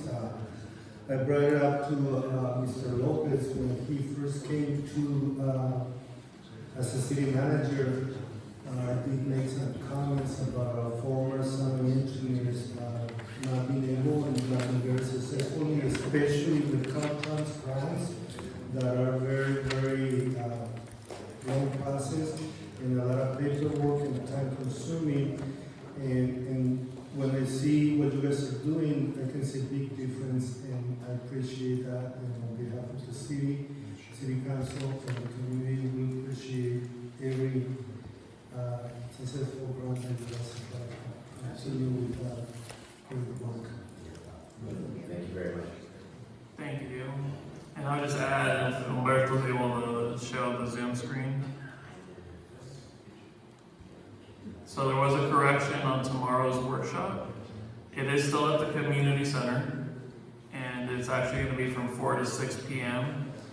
First 100 people who show up get free patos. So that's going to be really exciting. And we are also billing it as an opportunity to get a tour of the progress of the community center so far. Are you sharing it, Humberto? The only thing we have is Because I'm sharing my screen. I just did it again. This is not going through. Yeah. So yeah, we had a meeting with Javier yesterday, and actually there's going to be a total of like 10 meetings for the next few months to help us with some grant applications that require community participation. They want feedback for new parks, they want feedback for what roads and streets need to be kind of prioritized. So you'll be seeing a lot of information coming out of the city from our social media.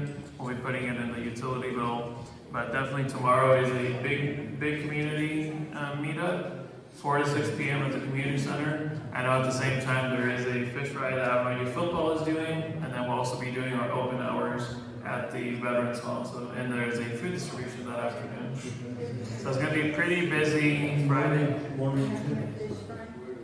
Avenue Football. Humberto, can you share the English flyer, please? I have it right here. And we've been sharing this flyer. I'll make sure to give it to council right now. But yeah, I just wanted to make that correction. 4 to 6, please invite everybody. The community center will be open. City staff will be available to help with tours. And just to kind of show what's there and we are soliciting feedback on what sort of features, what sort of activities they would like to see, because then we can in turn use that towards the grant applications and asking for some of those items. I can show you, Ginger, I still have that page on the bungee cords. I haven't forgotten. I just told Andy I was going to get a design on some good Mexican tacos. So yeah, please invite everyone. Awesome, thank you. Thanks, and after those good news, we will continue with the IT Department Activity Report by Humberto Benitez, IT Director. More good news.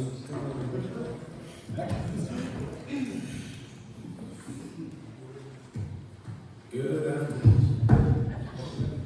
That's not good. Good afternoon, Mayor and members of the council and members of the public. So just to get us kick-started on internet news, I know we did have a question regarding AT&T and and fiber installations. So they have been rolling out fiber. They've been looking to push something. We don't have a definitive date, but they are looking towards the end of 2026. The general infrastructure design is similar to what both Spectrum and AT&T currently do right now, where they run a specific line out to a telephone pole junction, but instead of using copper, this will be fiber. Again, like I said, we do not have an ETA, but our SD-WAN, our software-defined wide area network provider, TVX Solutions, is offering to install or is offering to switch us over from the Spectrum over to AT&T fiber the moment that they are available. So it's very likely that once we at City Hall have access to it, it's more than likely that the surrounding areas will be able to tap into that same junction box. At least within that small, what would be a 500-foot radius more or less for general home installation. And given that, I'm sure there wouldn't be any reason for them not to want to install further within the city. But that's what the general layout looks like right now. We were given a date of some time in 2026, but it is happening, and I see no reason why they wouldn't want to allow members of the community to access fiber, or rather their fiber service, especially since they're depreciating their old POP services, well, their old AT&T, DSL, and Uber services. So I'm sure they have a reason to want to keep their customers that way. So, but internet, not regarding fiber, well, portion of fiber. Staff is reviewing the highlights presented by the city attorney on the CalNet contract. It now falls on me to go ahead and review this, go ahead and send this back over to Craig Stein of CalNet. He's been very patient with us. I had to hold him off for about 4 months now, but luckily we're able to finally move forward with that. So I believe that construction is more or less a 2 to 3 month process, if I remember correctly. So we're going to be able to install on there once I fully review it, once we finally lay out the business terms that way, or finally flesh out the business terms on that front. So moving on with our communications, Luma Airedale now hosts Avalon Police Department's public-facing fax line. So our regular functionality is now returned to us away from AT&T, and this does allow us to complete the termination of AT&T's final circuits at that site. All that remains is the singular phone that sits outside the building that would normally call out to dispatch once picked up. It's a single line that we need to run. Unfortunately, Verizon has a solution for us as well. If they're not willing to do trace, Airedale is as well. And if neither of them are willing to do trace, I've personally been in the crawl spaces of that building myself, and I can trace the line myself in order to make it easier on either of them. So there are options available to us. Staff is still continuing to roll out mobile devices as orders are fulfilled by Verizon. So limited stock had delayed some shipment. The RAM shortages has done a number to attack everywhere, to mobile and desktop services alike. But we do have a shipment coming in, and there are a handful of devices on my desk right now ready to be enrolled in our mobile device manager and to be deployed to our offices first and foremost. Staff has been inquiring about mass SMS and RCS services, SMS and RCS services to market many of our community events. The idea that is we're trying to look for pricing models that would target a weekly 7,000 text push. That is a worst case scenario, given that the Parks Department is now hosting weekly events. It does make sense to push out a weekly text on the ongoings, and I target 7,000, more or less targeting about half of the population of Avenal. This is an absolute worst case scenario, so we are shopping with a handful of vendors to see who would give us the most competitive pricing on that, and the pricing that is not on a per text basis. Ideally, we are working on a monthly invoice service, just to keep records keeping clean on our end. We're looking at hopefully have this ready come time for the community survey. So that way we have our volunteers out in the field. They will have the option to allow any survey participants to enroll in the service or to sign up for advertisements essentially. As for services, we're still continuing the 2-year in-place server software upgrade.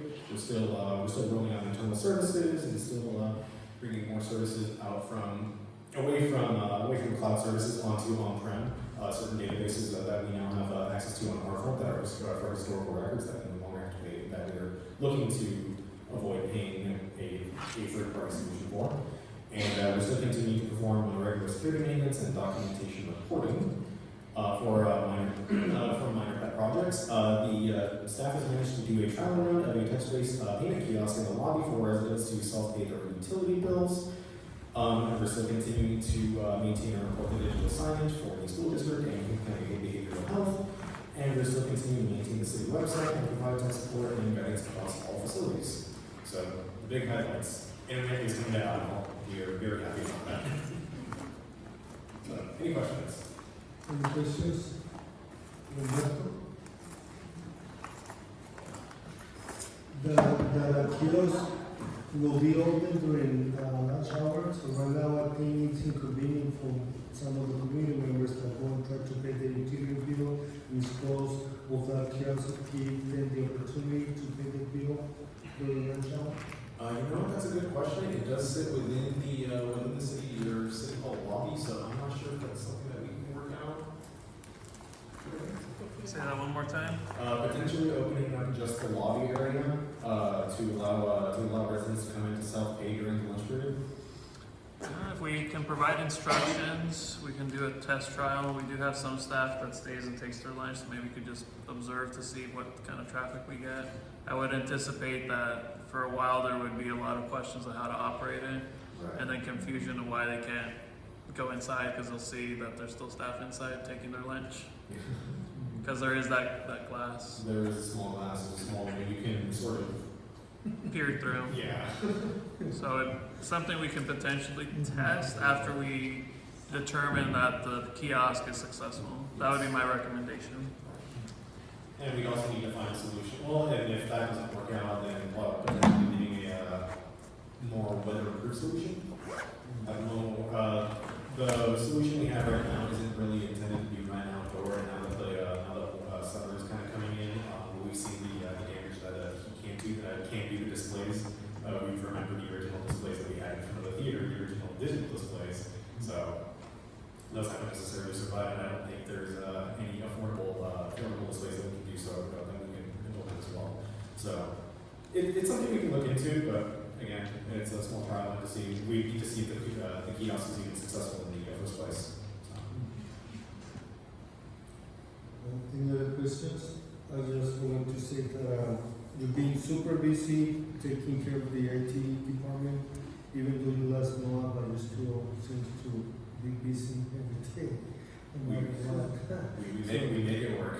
So I also wanted to congratulate you for today at the safety meeting for being one of the public, public speakers?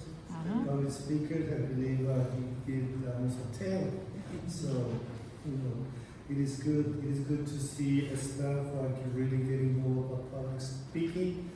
It is important because sometimes we are not used to that, and sometimes we say things directly and we may offend some people or we may take it in a different way. What the administration is doing, I think, with the Assistant Chief Nevares, and I know Chief Velasco is also very good, got really good skills, bringing the workforce, our city employees, to a level where they can potentially develop skills that they didn't know they have. We all have different skills, but I think public speaking and communicating with the public is essential because we're providing services to the public. So we should be respectful and have a back and forth communication with respect. And we can answer the question, maybe send them to the proper department where they may be willing to help them. But I commend everyone. I believe everyone was there from city employees, but it did took from almost 3 hours. But I think it is beneficial, even though unfortunately City Hall had to be closed during that time. But I think it shows that the city and management is really looking to improve the skills of every city employee at any level. And I know police department was there, Parks was there, city staff was there, council members were there, Mr. Verdugo, Pablo Hernandez, and unfortunately the other ones were working, and I was there, but I want to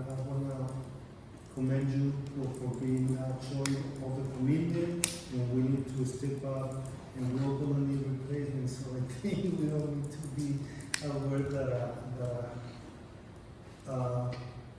losing that fear to speak directly to the public with the best intention. I think it is essential to unite our city, our community, and keep working on that because, you know, we all have different opinions, different ways of seeing things, but I think at the end we have a goal to bring our city to progress, be united, and tackle any project that we have in the future. It's definitely one of the shortcomings of any sort of internal department for a public agency, namely an IT department. Did we overheat? No. Yeah, as an internal department, we typically don't deal with the public, so this is one of the few opportunities that I do get to speak to the public directly, as well as to the members of the council. So I will do a little bit of public speaking on some of my side activities outside of the city, but it's nothing that's necessarily to this sort of official degree. There's not really anything at stake on what I'm doing on the side, but I do appreciate the opportunity to be able to sort of practice this in the first place. But I'll take any chances I can get in an official manner. Well, thank you for your report. It's a very good work. And we have another parks report by Ana Lara, Parks Director. Good evening, Mayor, City Council members, and Metro staff. For updates, I have completed our temporary weekly activities. We hosted Wednesday activities at different sites. Each time we do a weekly activity, the community seems to grab at it, and we get a little bit more attendance at each weekly activity, so we hope that continues throughout the year. We started in February with our open space every Monday and Friday at the Veterans Hall from 4:30 to 8:30. We're still, the numbers are a little low. The staff continues to go, and hope that, I know Councilman Ramirez helped spread the word on that. Staff has sent flyers to schools. We posted it around town, so hopefully the community just sees it and shows up, takes into it, and continues to help that grow. We have a consulate at the Recreation Center this week. They started on Monday, they left today. Every day they served over 50 Appointments. Monday, Tuesday, and Thursday were for Avalon residents only. Today they were able to add on, he said, between 15 and 20 Avalon residents that didn't have appointments, so he was able to help them as well, and so they left today. Upcoming, we had kids in the kitchen yesterday. It was a really good turnout. We had, I think we said about 20 kids. 20 kids showed up. We had 2 show up at the very end, and so the kids really take a liking to the kids in the kitchen.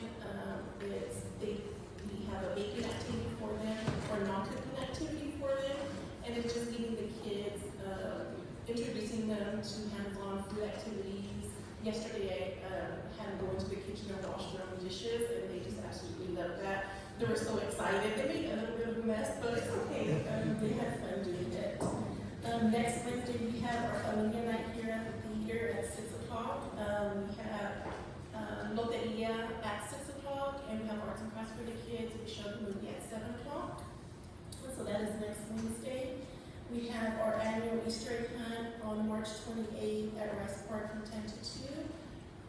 We have a petting zoo, ponies, some bounce house interactive games, face painting for the kids. The Easter egg hunt is free. We do charge a price for the bracelets for the kids to play the games. And so that is Wednesday. Actually, our shelter will be joining on board at the Easter egg hunt. They have this, I just call this here because they're having a contest right now with the animals, and so they're going to announce the winner at the Easter egg hunt. And so Raul's excited. He's hoping he can have some kennels ready to possibly have some dogs out for adoption that day, and so that's something he's working on as well. Staff is working on the re-imaging King Street with myself and Angie are heading that, along with first meeting is next Wednesday during Funding Night. We will be meeting with the people who previously signed up to help start the talks and the process of the re-imaging on King Street. And so I know Angie made phone calls. Everybody is excited to come, and so we'll be having our first meeting next Wednesday.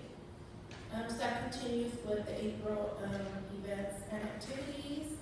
I just met with the gardeners at the community garden last week. We renewed the applications. We're going to set some work days. We did a trash schedule, so all the gardeners have to partake in weekly taking out and bringing in the trash. We had a few issues with it not getting taken out, one person doing it, and so staff just decided to give assigned duties and each gardener has their turn to do that. We continue to collaborate with Valley Voices at the food distribution. They have one tomorrow. The KCAO is using the rec center for the food tax program. Staff, along with the fire consultant group, has sent over information to the Avenal High School for the patch project. And so we have not got no artwork submitted yet, but staff is hopeful that students will see that and want to design the patch. There's 2 scholarships for the 2 winners of the patch. One is a patch design, and the other one is to incorporate the Avenal mascot, the Buccaneer, and somehow incorporate a fire, even if it's just having the buck drawn up in fire uniform, and we're going to pick the winner. So there'll be 2 scholarships available for that. We are collaborating with the Columbia College softball team to hold our first softball clinic on April. It was scheduled for the 18th, but there was some conflicts with schedules with the high school and softball, and so the clinic, we're pushing it to the week before. So the week before the 18th. Probably the 11th. Yeah, and so staff would be. April 11th? Correct, yeah. Right before, Yes. after Easter.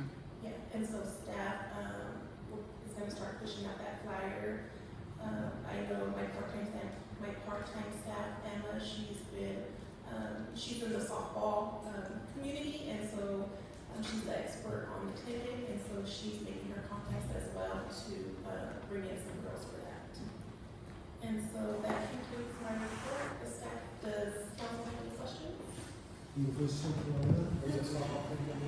It will be at the high school, the Little League. I would like to just acknowledge Anna's commitment to working along with the Mexican consulate. I believe it all began about when David Preciado, he's got the same last name, but we now joke and say we're cousins, but that was the first time, probably about 6 years ago, that we began bringing the Mexican consulate to Avenal, and one day only for Avenal residents. The problem that is, they're all over the Central Valley, and in 1 hour when you make your appointment, the appointments are full. So they were coming to Avenal, and there were only a few community residents that were taking advantage of the consulate meeting in Avenal. So relations go a long ways. Also working with Martha Elizabeth, and every 2 years, I believe there's a change to the consulate. So we worked with David Preciado. After him, there was a lack. We couldn't get appointments for Avenal residents only. So Martha Elizabeth introduced me in a meeting in Fresno that we worked to Noria. I forgot her last name, but she was the next consulate. So I was able to get a meeting in Fresno at the consulate, and I took Mr. Lopez. So we focus on bringing it back, and we're successful at doing it. Now there's another consulate that is new one. So we have to continue, and Anna has been also very, very, very successful meeting with them and talking with them, but sometimes, we need to show leadership, go to Fresno, meeting with them and telling them, the needs of our community. They will listen, but if nobody goes, nobody shows up, you know, they don't really care. They're trying to do their best, but sometimes we need to come with new ideas and ways to serve our community. So even though Avano does provide the building, all the technical support that they need, that is important, but also we're not getting any special treatment. But we're not asking for special treatment, but at least because they do come for 4 days, and before they were coming for 5 days. But at least one day, you know, be something that will be nice to see. And we will continue collaborating with all those agencies that, you know, believe it or not, but our residents are part of the economy. They pay their utility bills, they buy our grocery store, so they make progress in a way that contribute with their earnings and making Avano prosper in a way that we appreciate and we should, you know, look for everyone. You know, it's not looking for just a special section of the community or racial group, but I believe we all together will make a big difference if we get united and agree on what's the best for Avano. So I want to commend you for continue working now that you are at the higher level as a director. I think, you know, you'll be able to meet directly with them and maybe, you know, continue with collaboration and agreements that we have, not only with them but with many other agencies, like the vaccination clinic also being very, very successful. When Sheila was around, she made it very, very successful. We're continuing with that, bringing veterinarians to Avano, provide rabies and also vaccinations and also license. And we still need to continue to educate our community. We do have a huge problem with dogs running loose, but it's not only Avano. It's in Europe, it's in Coringa, it's in Cameron City, it's in Limor, Agona, Stratford, you name it. But I think that's why we need to continue working, educating our community in the best way possible. Educating them, what I mean is giving them the facts, you know, telling them what they're supposed to do, what they're not supposed to do, and we do have so many policies and city ordinances that we're not complying, enforcing them, I should say, you know, because, you know, sometimes lack of staff. It does take our community to do their part, you know, like the garbage cans, they need to be put away from the streets. They need to, you know, we have a city ordinance that only allows for 3 dogs in a property. Unless they're puppies, they can have as many as, you know, the leader is, but after they get to, you know, 3 months old, they need to. But we see that they're not following all those city ordinances, but we need to enforce those, but in the best way possible. You know, sometimes they say if you don't hurt in their pocket, they won't listen, but I think there's still, we can try different ways and to meet out with final action, and sometimes you gotta do what you have to do. But that's why we have every department, we have department heads that should be able to manage what the department needs are, and if any department actually needs help and counsel, just bring it to our attention. You know, we're always open to meeting, confer, and have a conversation that will move in the best direction possible. So, thank you. Any other questions? Not a question, but just information. I've been talking with a young man that's been going, talking to him about the community garden, how we would put the Melissa Whitten community garden. He's went out there and looked at the gate and stuff, and he's going to help us out to establish that site. Over the door. So, Yeah. so we'll talk with them, and so we're gonna get together and talk about what kind of design and multiple. Okay. Well, yeah. And I know the sink is still up, it's gonna get installed, the shed is, gonna get purchased, and then, Paul was already dug some holes for some trees and stuff, and so we're still continuing to upgrade it, it's just, the weather took a toll on us, but now the weather clearing up and stuff, we can definitely get back to beautifying that. Yeah, if you do find somebody who could work on that, we've tried many times. We've had a few folks who kind of looked at it and said they could do it, but yeah, it doesn't end up happening. Yeah, let us know so we could interview him and bring a certified welder to vet it as well.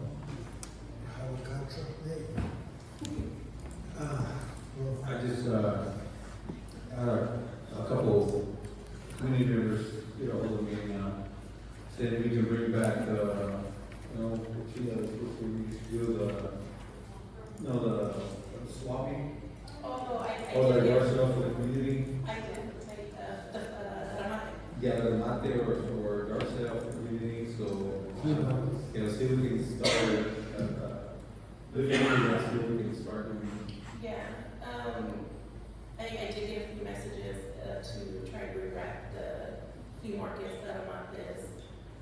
We tried doing it at the sports complex, we tried doing it at Earhart, King Street, the Veterans Hall, and it, we had the vendors, but we didn't have community to come out and buy it from our vendors. And so the vendors were having to pay a booth fee and they just didn't want to come anymore because they weren't selling the merchandise. And so, But we can do it, right? it's Because I know you're on smaller, they could probably work something out. yeah, and they were going, they were running the same time we were too, even on them. I think once we were doing it the second Friday and they were starting to do theirs on a Friday. I think that why Huron gets so much is because the county is really involved, at least with food vendors. The county here, wants the paperwork or whatever they certify.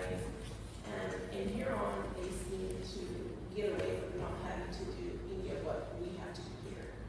And so I have to enforce the recreation center. yeah, I have to enforce as far as them needing the permit, and so when I say, oh, you need the permit, but then other towns are screwing me in with not having it, go without that, it hurts us here. Yeah. Yeah. But I mean, that's something that staff can, talk about and see if it's something that, will fit into our schedule. Thank you, Anna. Thank you. Oh, one more comment. There are some units cheated. Clarify the rules. It's not that.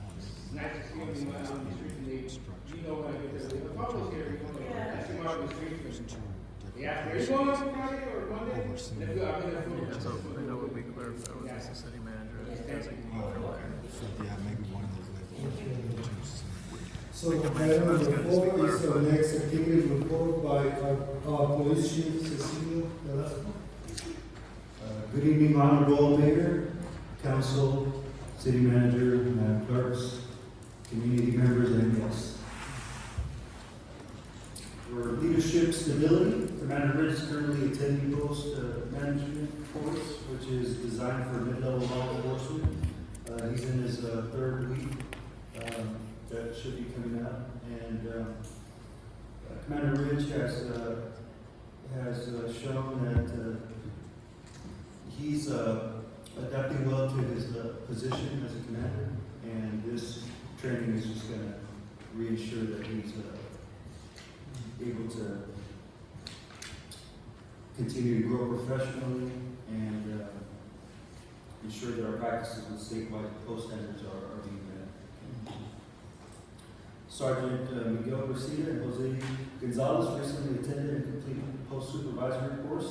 This course prepares them to be able to handle complex responsibilities of managing personnel, overseeing patrol operations, evaluating employee performance, and ensuring policy compliance. The training also emphasizes leadership communication, liability awareness, and sound decision-making during critical incidents. Their completion of this course strengthens the department's leadership structure and supports the continued professional development of our supervisory team. Detective Ramos was recently promoted to rank of corporal in recognition of his dedication, his leadership, and continued commitment to serving the community. Corporal Ramos has demonstrated strong initiative and reliability throughout his career with the department. As part of his continued professional growth, He's scheduled to attend post-supervisor training in the coming months to further develop his leadership skills. In recruitment and retention, the department continues to recruit for both police officer and sergeant positions. As a matter of fact, we just recently updated those job descriptions and forwarded to city manager and to human resources for review. We are encouraged to see positions beginning to fill as interest in the department continues to grow.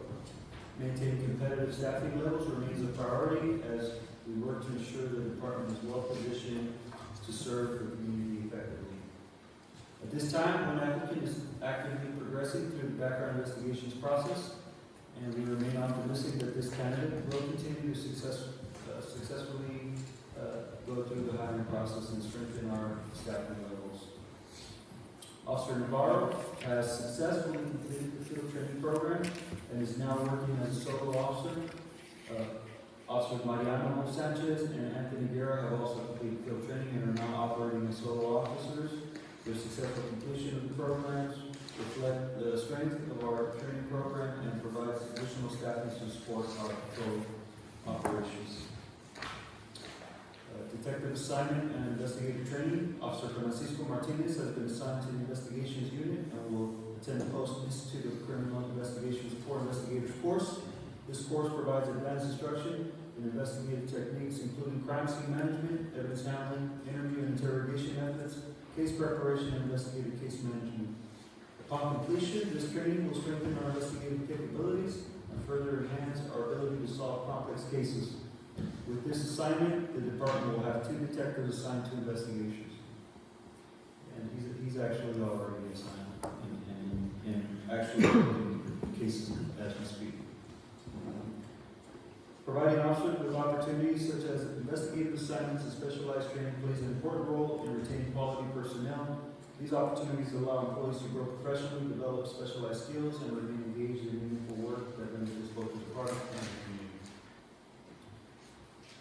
Community event support. The department remains actively engaged with the community by supporting Skyline Riders Fun Run, helping ensure the safety of the runners and participants.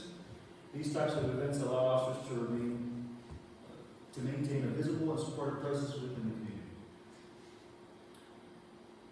Community education presentations during this reporting period. The department hosted both a Burn State Crisis Intervention Program skit presentation and a CHP Cannabis DUI grant presentation.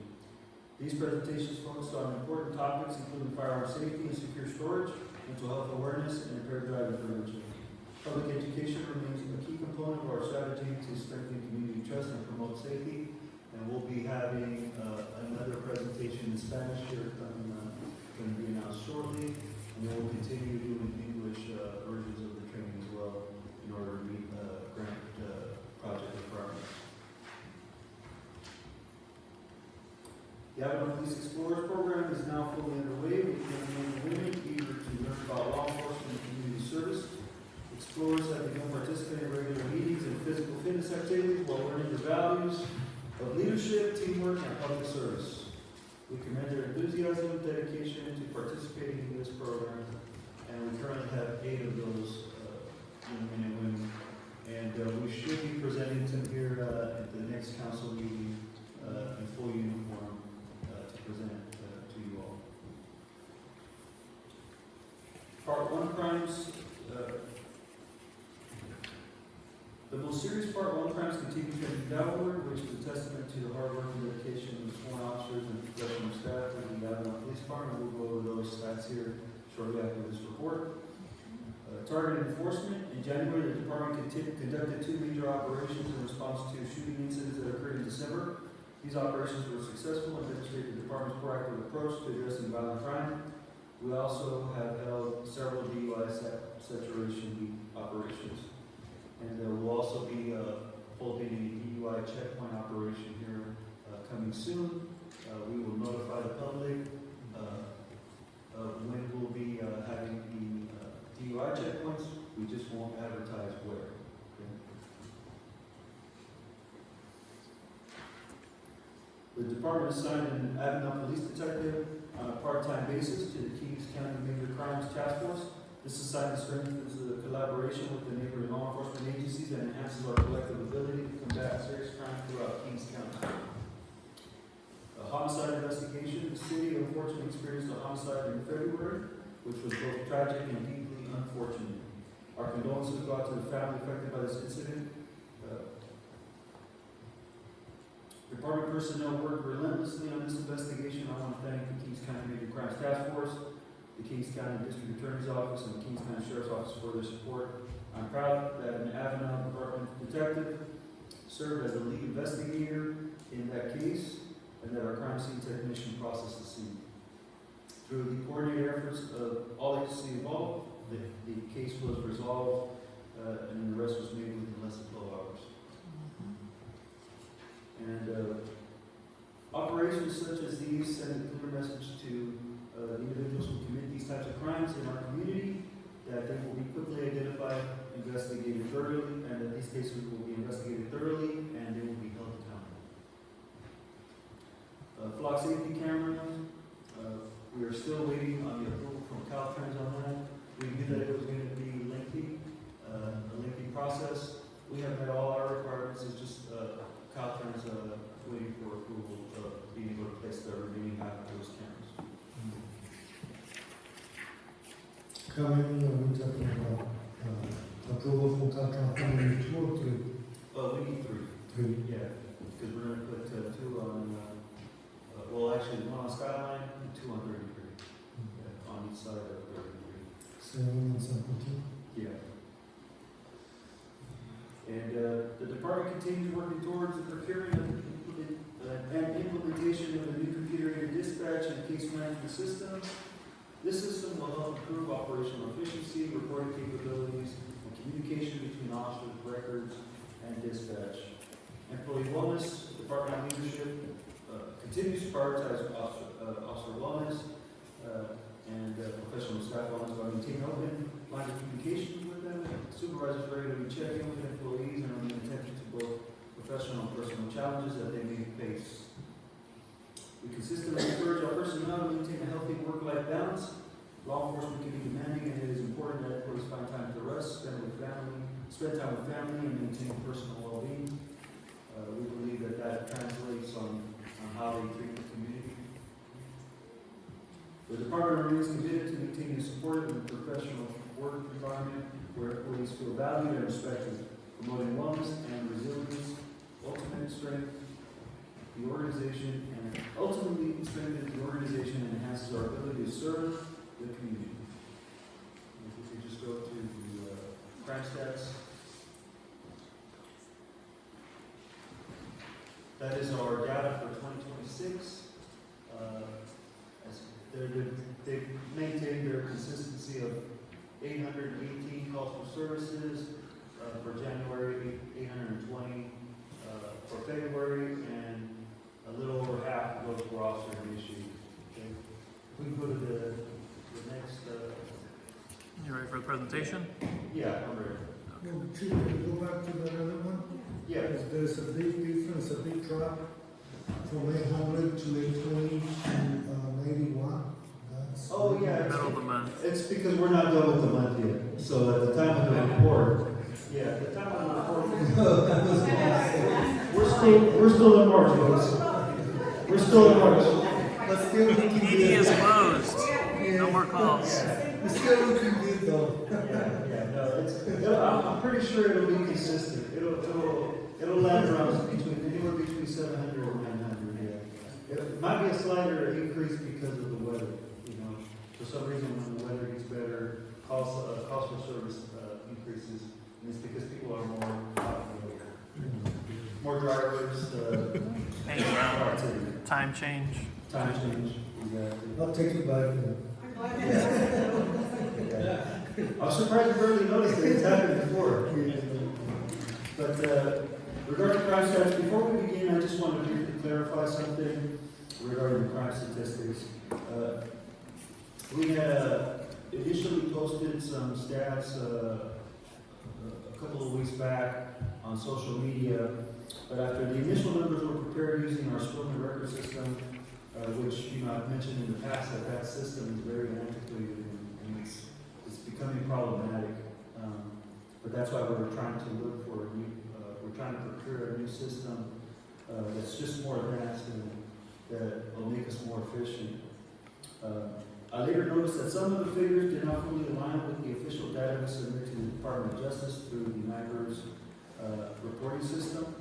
Once that discrepancy was identified, I immediately had our record supervisor cross-reference the data against the DOJ submission records to ensure accuracy.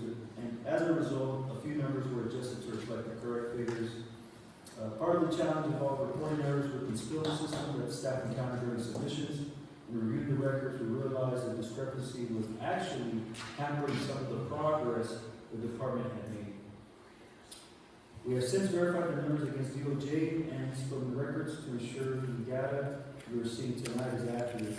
And we're working with both the department and the Department of Justice and Spillman to address the reporting issues moving forward. So we're actually doing ourselves a disservice. We actually noticed more of a significant decrease in certain areas, and upon adjusting the statistics, we also separated DOJ reports assaults in one lump sum, and so what we did was we just separated the aggravated assaults, which are the more serious, from simple assaults, so that we can see the difference in either the more serious assaults that usually involve weapons, hands and feet, guns, knives, bats, etc. And they also result in significant injury. Okay, so in the first slide here, the slide provides a high-level look at violent and property crime trends over the past 3 years. Overall, we've seen a significant reduction in several major crime categories. Most notably, homicide had dropped to 0, aggravated assaults declined substantially in 2025, and several property crime categories, including larceny and vehicle theft, have continued to trend downward. So you can see there. Next slide. And I'll post these on social media.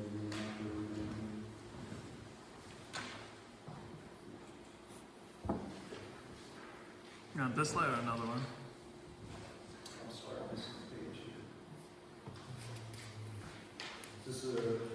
This is the second one after the first. Yeah.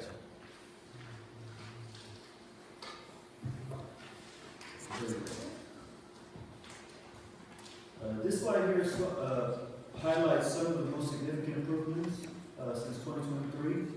Serious violent crime has declined. Homicides have dropped from 2 incidents in 2023 to 0 in both 2024 and 2025. Forcible rape cases have also declined significantly from 10 incidents in 2023 down to 2 in 2025. On the property crime side, larceny and theft incidents saw the largest reduction, dropping from 38 cases in 2023 to 6 cases in 2025. Motor vehicle theft and burglary have also decreased compared to 2023 levels, as you can see there. And that is the percentages there. Next slide.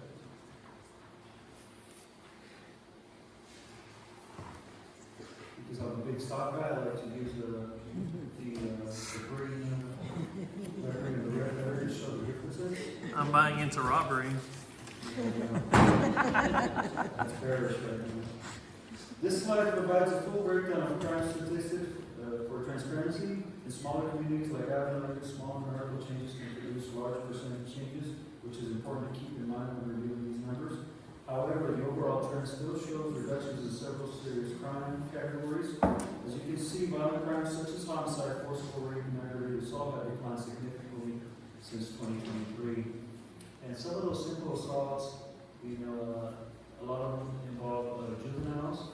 And unfortunately, we've seen an increase in simple assaults as well as aggravated assaults in certain areas that are on the correlation of the juvenile criminal system reform.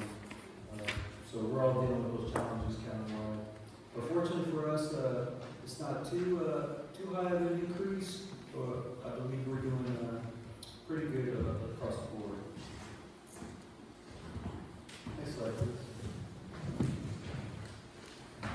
What do these numbers mean for Avenel? When we interpret these numbers, the overall trend becomes clear. Serious violent crime has declined significantly, particularly in the area of aggravated assaults. Property crimes such as Theft and vehicle theft have also shown steady improvement over a 3-year period. These trends suggest that proactive enforcement, investigative follow-up, and community partnerships are contributing to a positive outcome. Next slide, please. Understanding crime in a small community.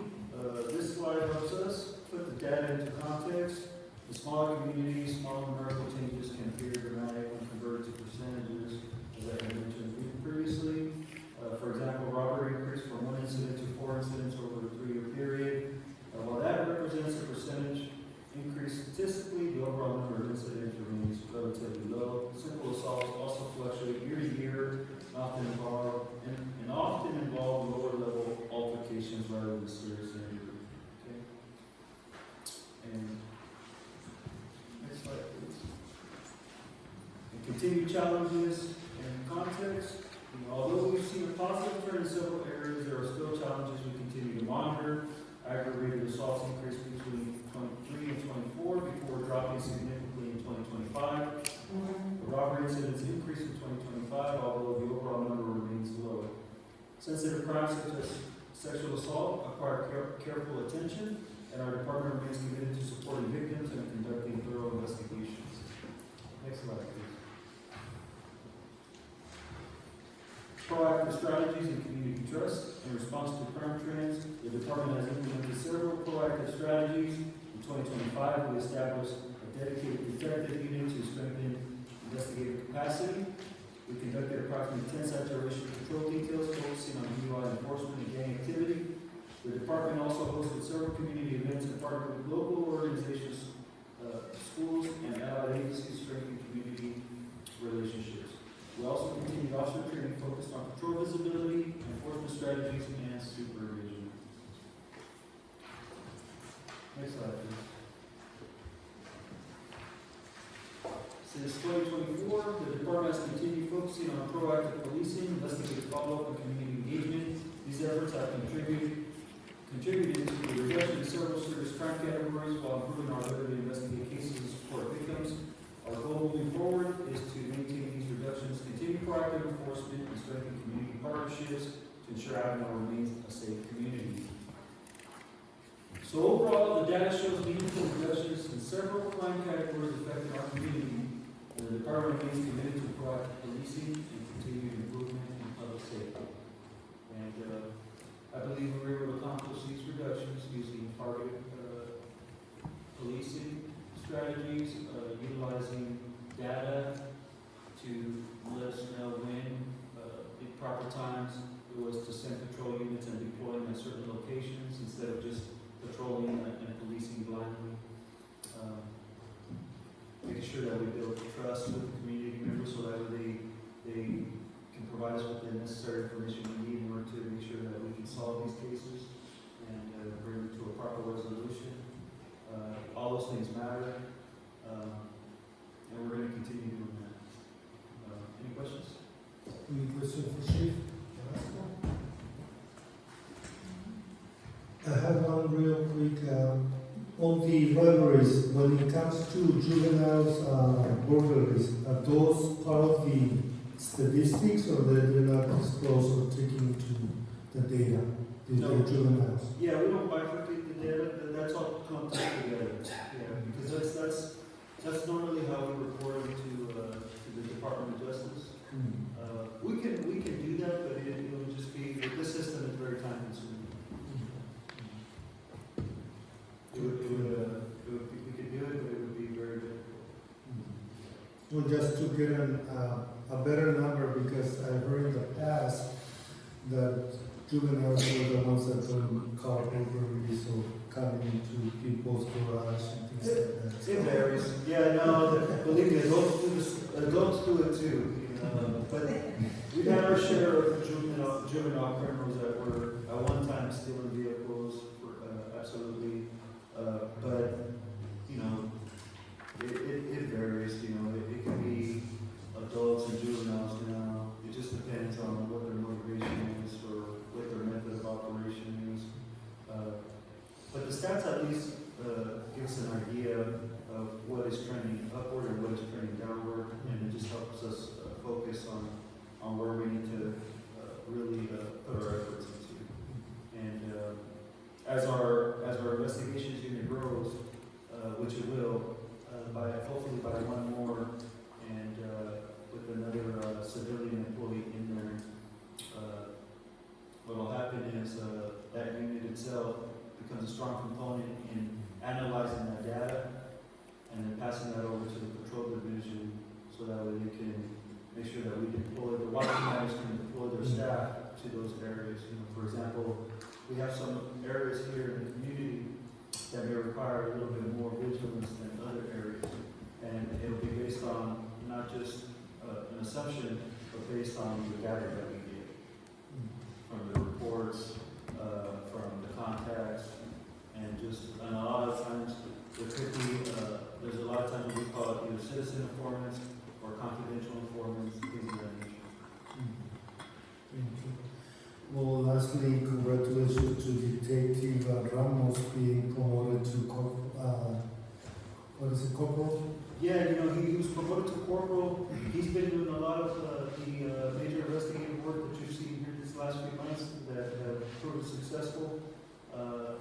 I've had a lot of opportunity to spend time with you. You guys know my background. I was a detective for a very long time and had the background of being a commander over detectives before being appointed here. But you know what? I'm not a micromanager. I knew I had sent him to the proper training, and he had the skills and ability to really do the work. So I don't want to take any credit other than just being able to provide some guidance on occasion. But he did all the hard work, and collaborating is another important part of being a good detective. Working with our allied agencies in order to be able to partner with them to get the proper resources here. For example, we don't have a SWAT team, and a lot of times it wasn't just using the SWAT team here. He was able to collaborate with another agency in Southern California in order to capture one of the suspects that was outstanding. So that takes a lot of skill and a lot of communication in order to ensure that is coordinated. A lot of coordination skills, especially when you decide to conduct an operation where you want to hit every location at the same time because you're looking for evidence. So it was awesome to see him being able to do that on 3 operations now. And that's a big deal for a young detective. I credit the training that we sent to. They do a really good job. The ICI core course is outstanding. I attended that a long time ago as a young officer, and it was very beneficial. And I knew that it was going to prepare them for the challenges that they were going to encounter when they became detectives. And my job was really to just prepare them for what was to come. And the crime scene technician, that was valuable. The training that we sent Erica to in Southern California, Cal State Long Beach, post-certified crime scene evidence technician, crime scene processing. She was very valuable. The partnership we established with the Major Crimes Task Force, just having a detective there part-time, because they find value in Detective Ramos. He's very proactive, and he's very helpful, and he's very fast, he's very intelligent, and so they find value in that, and they love having him there. And so they reciprocated. They offered auxiliary assistance, and unfortunately, we had a homicide shortly after we had talked about our partnership. But they kept their promise, and they helped us with auxiliary assistance, and it was invaluable. I would say that right now we have a great relationship with the Major Crimes Task Force, the county. They have a new sheriff who's been very receptive to working with us, and I think they see that the Idaho Police Department they got a solid foundation right now. There are several officers that have been here now over a year, and we believe that they plan on staying. A lot of them are talking about buying homes, if not in the area, but in the nearby area. And that's important when you start hearing your staff talking about that, because they're talking about laying their foundation here. And so that's why I talk about officer wellness. It's important for you to be able to talk to them, to make sure that they have a work-life balance,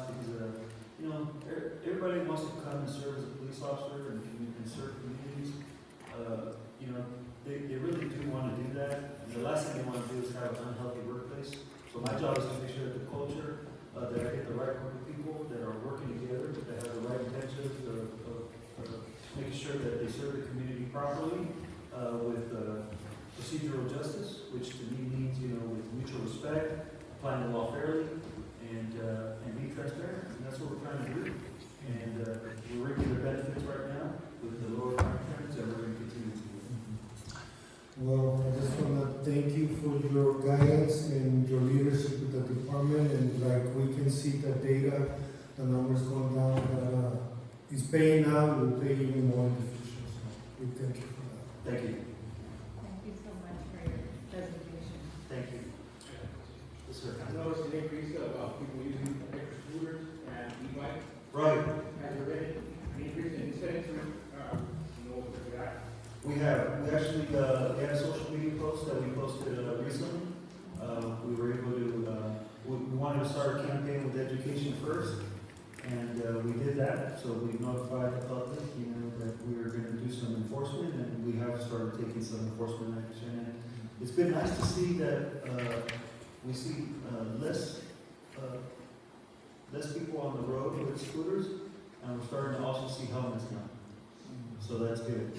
And you know, maybe we can look for grant opportunities to try to supply helmets if that becomes available. So I know that a lot of times CHP or OTS grants come out and they offer those type of things, and so we'll look at those. We'll look at those possibilities, or if not, maybe we can see if we can partner with some community stores and see if we can come up with some type of donations if we can do that. CHP has been doing real good with car seat. Maybe now's the time Right. they can do instead of car seat, helmets for the EV bikes or for the scooters. And just so that you know, e-bikes is a problem not just in Abilene, Mm. statewide. And you thought about collaborating maybe with a presentation at the school, or these kids after school, maybe do a presentation of why you should be working. We're always going to continue to try to work with the school district. That hasn't stopped, but it can often create challenges, but we're going to try to continue mending those relationships. We've never taken away our olive branch. However, it hasn't always been reciprocal, so all I would say is we'll continue trying. Thank you. Again. Thank you, Chief. We got two more to go, so we have 6. Item number 5 is Community Development Activity Report, and I believe we have Joshua Marcamo. Tesla, and we will have Tesla Was this this time? graced by their lovely presence. Our contract city planner from Fort Crest. Good evening, Honorable Mayor, council members, city staff, members of the public. My name is Esther Ramirez. I'm one of the contract city staff here, contract planning. Just to preface by saying, for those who don't know, Josh and I make up the planning department here, / planning team. But without further ado, let me jump into our activity report for the month.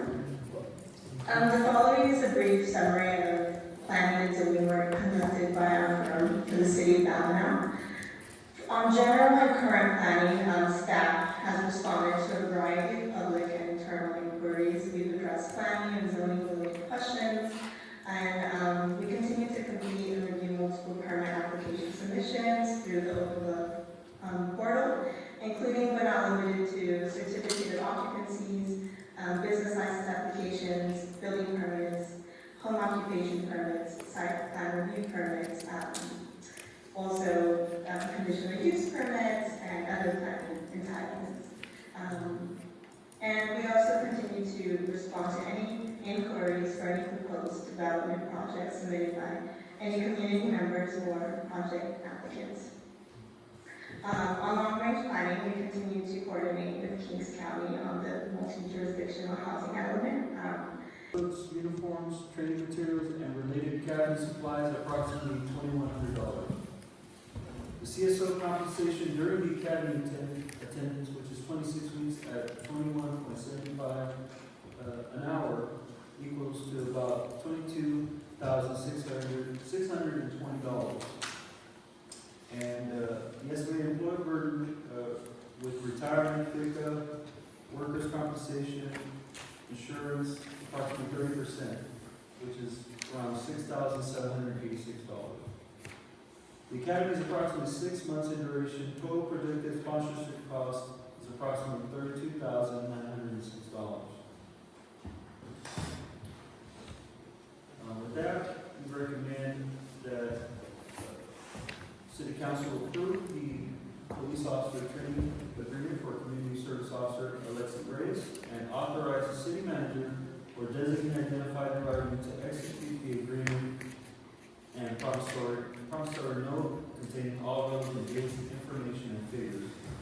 The fiscal impact, police department estimated sponsorship cost is approximately $32,906, consisting of academy tuition and related materials and compensation during academy attendance.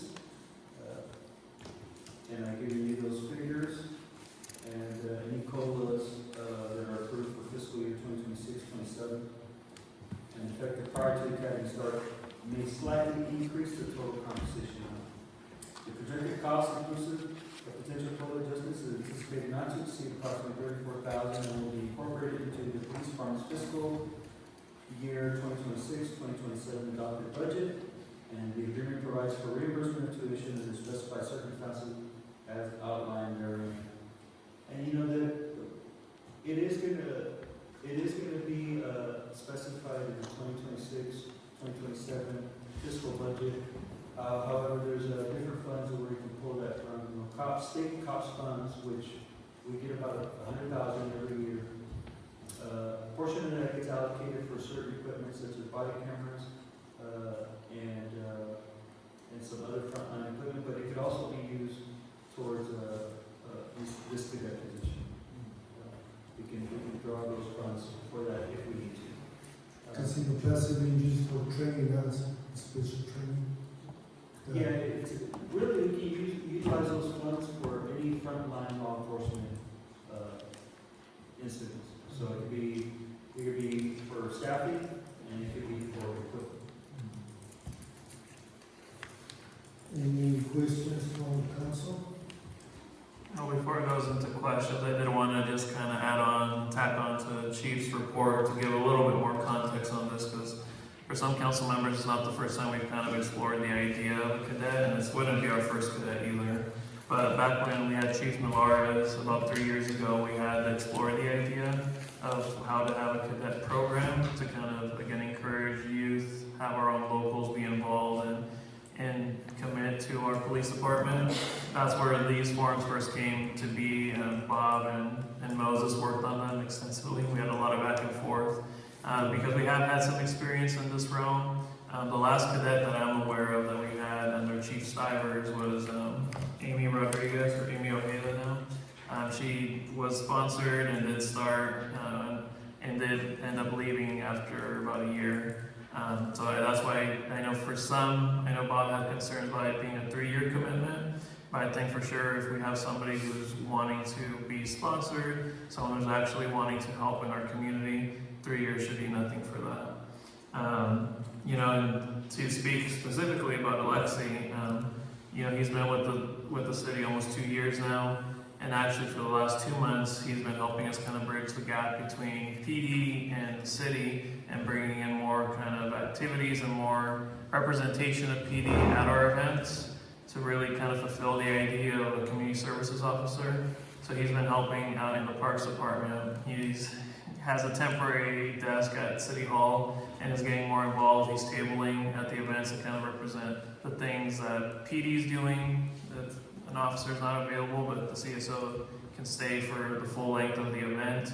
And also kind of incorporating some of the ideas that we've seen at PD, such as the trading cards, which I know all the council has been working on. So those are some ideas that we're integrating together because we're all serving the same community.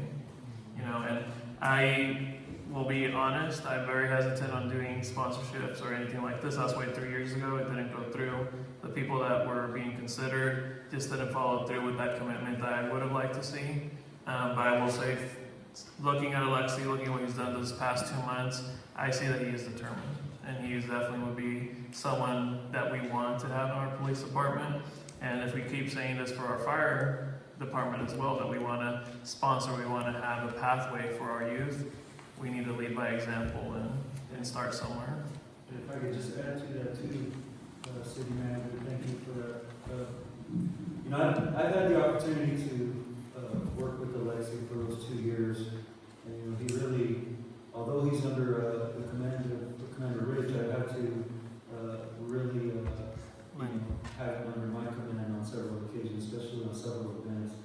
And I mean, I've seen the dedication that he brings to the community, and not only that, he's also shown his character, right? So I know that he has the qualities that I would want in a police officer, right? And I mean, you would trust that the chief, who's been responsible for the department for the past 2 years, and I would hope that you just saw the evidence of the change in how we're handling investigations. You know, one thing I do pride myself is I know how to meet cops. Okay? I know how to combat crime. That is my area of expertise. And I believe he has the characteristics, and I believe that he has the right intentions in order to serve his community properly. And this young man has passed a background. Okay, that's important. The other test after that is the academy, and the psychological and medical. And, you know, I believe he has all his bearings. But he's got the right qualities that we need for a police officer. And that's why, and he had the courage to come to my office, to have a serious conversation and request. Very respectful. That takes, that to me is courageous. And so, you know, I considered it, and that's why I'm here before you today. I think one more comment. If I can also add some support to that, I want to speak to Alexi's commitment on the community, and it goes on back long before he started as a CSO. After earning his bachelor's degree from Fresno, he's come back and chosen to give back to this town. I've known him since high school. He was class of 2019, I was class of 2020, and even back then he was always super involved. Act Prep A was the baseball team, always been super active and cares about those around him. Now working more directly with him and in his CSO position, I can see the strong relationships he's built with the community, and more importantly, it shows his commitment to staying with this town and, you know, building more of those strong relationships. So I think that speaks to his character and about the kind of officer he will be long term. So if I may too, you know, we're not the only city that sponsors cadets. My former employer, actually a co-worker with me, they've the water training profession to become a police officer. And his situation was a little bit different and more expensive because since he was already an employee, he had to take a pay cut on his salary, but he was getting paid every hour that he attended the academy because that was his way of support his family. So this happened about 5 years ago. He's still working as a police officer, probably promoting himself, but that's an example of how you can use retention tools to keep good employees in any department. Because when we look at police officers, the ones that come out of the academy, if they don't really have a commitment for that community, they will be working maybe a year, maybe 2 years. They will get trained for free, expensive, and then they leave. And then when a new officer comes, the city will have to spend again training, all the certification, and continue to send it to posts and everything. So it is either time consuming, but actually when you look at how expensive it is, so retention is a tool that we like to see in every department. People that are committed to serve our community in progress, and get to the next level, and the next level, and the next level, and we should all feel proud to be able to facilitate that opportunity to community employees. And if I would say, Mayor, now that we have an Explorer program, we're showing a sign to them that, hey, you know what, if you come and serve the community through the police department, or let's say even fire department, right? You come in and serve as a volunteer, you know, and you reach the age where you age out, we call it, when they turn 21, and they have to make a decision, you know, what do I want to do in my life? We have a path, right? And they see that path through people like Alexi, you know, through people that we give opportunities to that want to invest in the community, and want to stay here, right? I think that's an important message, you know, and I think the program can be successful. We just have to be selective. Yeah. You know, we have to be selective, and we have to be confident that we know the individual, and that we know that their character, and we know how they treat people, and their work ethic. And if we do, then why not take the opportunity? Right? We have some vacancies. You know, we have some salary savings also because of those vacancies. Right? We don't have any more left, but he would be a great addition. And I think that giving these opportunities are invaluable, you know, because when we have a critical incident here, I can't tell you how many times when I worked in Delano, you know, if we had a critical incident, like an officer-involved shooting, and we needed staff, I would tell my officers, or I would call dispatch directly. But I remember, I managed the officer-involved shooting. Okay? And I remember telling one of my officers, hey, call dispatch and have her send me every local delinquent police officer that lives in town and have them come to my location, if they can. And you know how much that helped, right? Because we needed to secure a perimeter and they all came. And that's invaluable to have people that want to serve the community in a law enforcement capacity or any public service and live in town. And it doesn't happen often, just because, you know, a lot of law enforcement agencies, you know, a lot of people don't always live in town, but, you know, we got to cherish the opportunities that we have when we can do that. And this is one of them. And lastly, I have always advocated for creating more well-being job with benefits for our community members. And slowly it's been happening. You know, we've been increasing our employees population at every department, and I believe our city will continue to grow and will continue to have those vacancies. And the best way to fill those is with our own community members that are, you know, that they will be staying, they will not be leaving. And I think that takes commitment, and he has proven that, you know, coming from Fresno State with the bachelor's degree, coming back to Ronald, chose that. Right. And leadership, we have to do our part to make them want to stay. We forget about that, right? And that's where wellness comes in. And that's where, what can the chief do, right? Well, I can write grants to bring funds to the community, to loosen the general fund, so that we can, you know, give those opportunities later and retain our staff as COLAs increase throughout the years, right? So that's what I can do. Better the culture in the hallways of the police department, so that way they can enjoy coming to work. Those are the things I have to do as a leader. So we can't forget that either. We got to give them the incentive to stay here as well, right? And so we're doing that now. We just hope that, you know, we all have to work together in order to accomplish, you know, these type of opportunities and to retain our staff. But I believe that Alexi is going to have a lot of motivation in staying. Number one, this is his home. You know, he's expressed that to me. This is where he grew up. He has a passion for this place. You know, he has seen what the officers are required to do.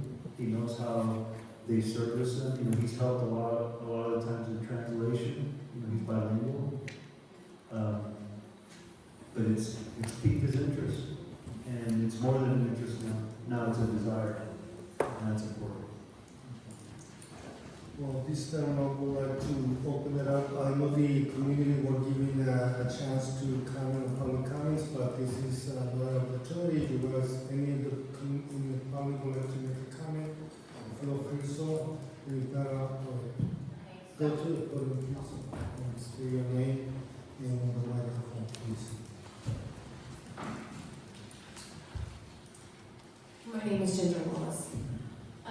Seeing Mr. Reyes out in the community and what the chief is proposing for you guys to sponsor him, I think would be a good idea to sponsor him. I've seen him involved in the community, a lot of community events. I've seen him do what the officers do. You know, not as far as fighting the crimes, but being involved with the community. So he would be a really good candidate for this program. Thank you. Thank you for the comments. Any other ones? We'll go to council before we make a decision. Yeah, I'd just like to express, not a concern, but something Tony said about, cars, wishing that the 3 years was a little bit more. I'm in agreement. Less. He actually wanted to a year. Because he thought that it was unprecedented. This is my experience, it's Sorry, yeah. been 20 years of presence. It takes a while for somebody, even in law enforcement, I believe that it takes them at least 2 to 3 years to get comfortable enough to know what they're doing. So I would like to see it extended to 5 years. This is just my opinion, because at 5 years, I think he'd be very well knowledgeable of the job. I mean, it takes time, but it's not more to law enforcement than just riding a car and driving up and down the street. So to me, I think that the 3 year threshold is where a person is barely getting to that point where he's getting very comfortable. And I think 5 years would be benefit more to the city for the sponsorship. That's just my opinion. And also these blue areas that we have rank on this piece of paper. I like these to be brought back to be ratified with the amounts listed in those ranks. Because this doesn't mean nothing. I mean, he gave us what it would cost and all that stuff, but these were not back. And I like to see the numbers in those ranks before we get re-ratified if we just get approved. I know, Chief, I know Delano, because Bob was the one who kind of, he hesitated a lot on 3 years. I was the one who pushed for more time, but I know. 5 is a little excessive, sir. Yeah. Respectfully. I think typically it's what, a year or two It's at most? typically, I've never seen them longer than 3 years, but it could be less. Yeah, Respectfully. it is a very thin clause that can be conflicting. But he's been already 2 years with the city, and these 3 more years will make it 5, so there should be a thought about his convenience. Right, and it's not really, it's really supposed to be a fair exchange for the amount that we're paying for our company. I think 5 is a little excessive. One message I was sending. Respectfully. I would say 3 is what I've seen. We had a cadet program in Delano, and it was 3 years. And we thought at that time that was a fair number. And you guys already had that number when I received that contract, but respectfully, that's 5 to me is a little excessive. Any other comments from council? If not, is there a motion to sponsor adopting police officer training sponsorship for Alexis Reyes and the budget allocations for was the resolution number? Yeah, 2026-15.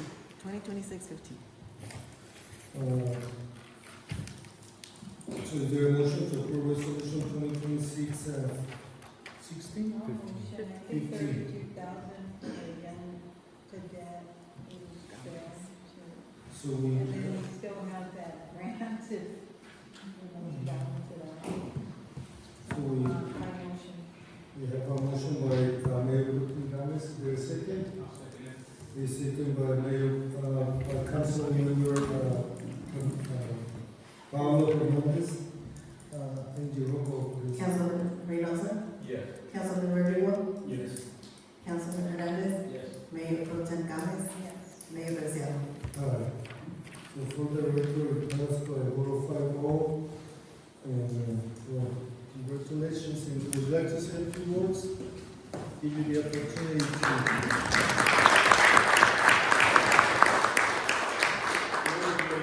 A little nervous right now, so I'm shaking. I just want to say thank you, especially Chief. He picked me up. He just brought me here, and I'm just like super excited. I just want to give thanks to the Chief, to all you guys for giving me this opportunity, and I want to disappoint you guys. Thank you.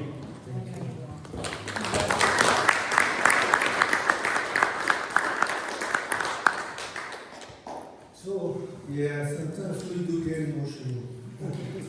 But we need to move on. So we have 9B, consider adopting the latest revision to the City of Avalon investment policy, and we will have a discussion and then action. We'll be taking this into discussion. Both the finance manager, myself, and I do have real quick, I'll pass these out. So one item we forgot, we can just pass it if anyone has any questions. One item I forgot to include in the packet, and I also have the draft of the staff report for this item, but it is the actual investment policy, which city attorney did just review. I will ask our finance manager, Brian Arellano, just to come up and kind of go over it very quickly.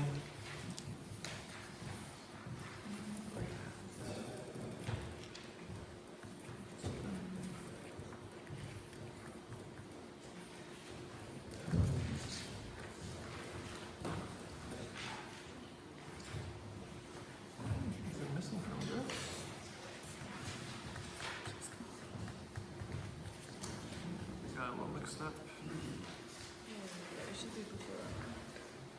There we go. Yeah, I got a little mixed up in the packet. Sorry about that, but just to kind of preface it, at the last council meeting in February, the council did agree and went into contract with OIP on developing and utilizing new investment strategies to kind of maximize the return on investment on the city's savings and city's current funds.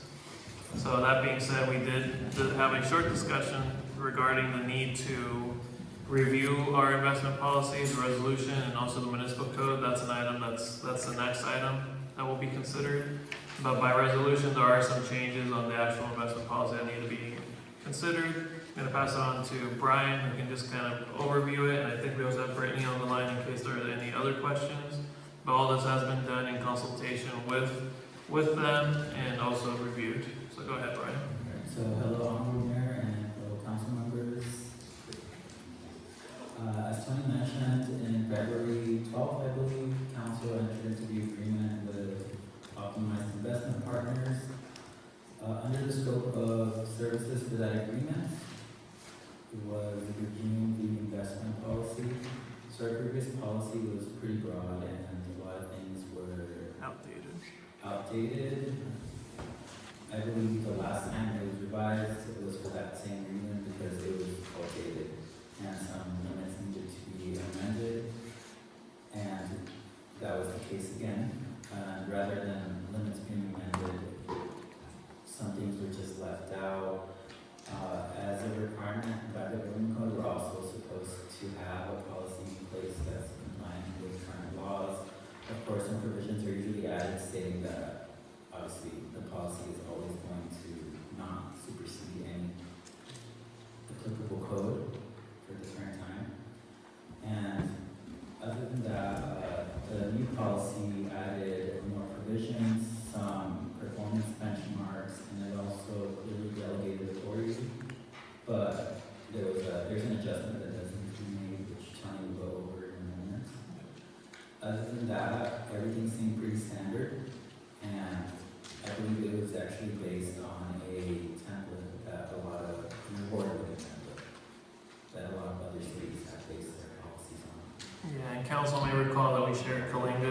policy, and I know that was a more recent one, and that was kind of what they modeled it as well, and that's what ours is modeled too. And the one modification on the investment policy, I don't recall the page, but it does kind of leave it a little ambiguous on who would be in charge of making those moves and decisions between two staff members. So instead of, the recommendation is to have it be the city manager and then their designee, just to kind of clarify so there's not two different positions. It's a recommendation that we're asking that if it's adopted, that it be with that modification per the city attorney. Because right now, the way it's stated here, just. Well, say it's the city manager or the director of administrative services. So just to kind of streamline it better. I just want to clarify, so it does delegate the authority to the city manager, but for daily tasks, it also designates authority to the administrative director and the finance manager. So that's the amendment that Tony wants to make. He wants to delegate the authority just to him for both, but I believe. It's a streamline it so Yeah, there's no confusion just later. for language. Okay. And I also want to add that this new policy does require staff to give a report on performance for the investments that was excluded from previous policies. So OIP will also be helping us obviously give those reports.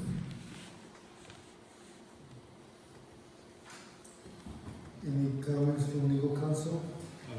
The only other thing I would add is the policy does have a requirement for review by outside auditors too, so that's an additional checks and balances.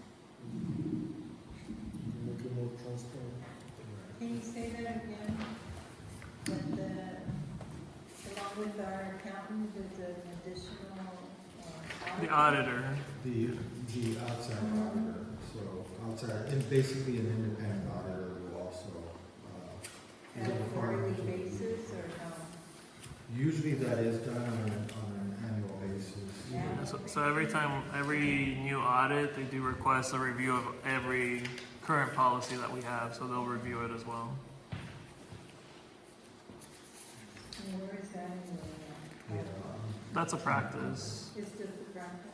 Well, it's in here as well. I read it, just to mark it.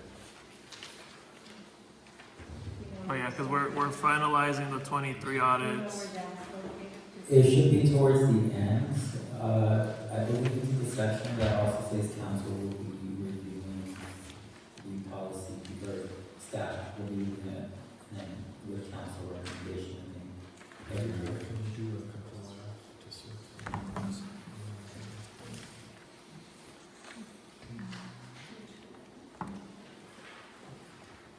Sorry, I don't have one in front of me.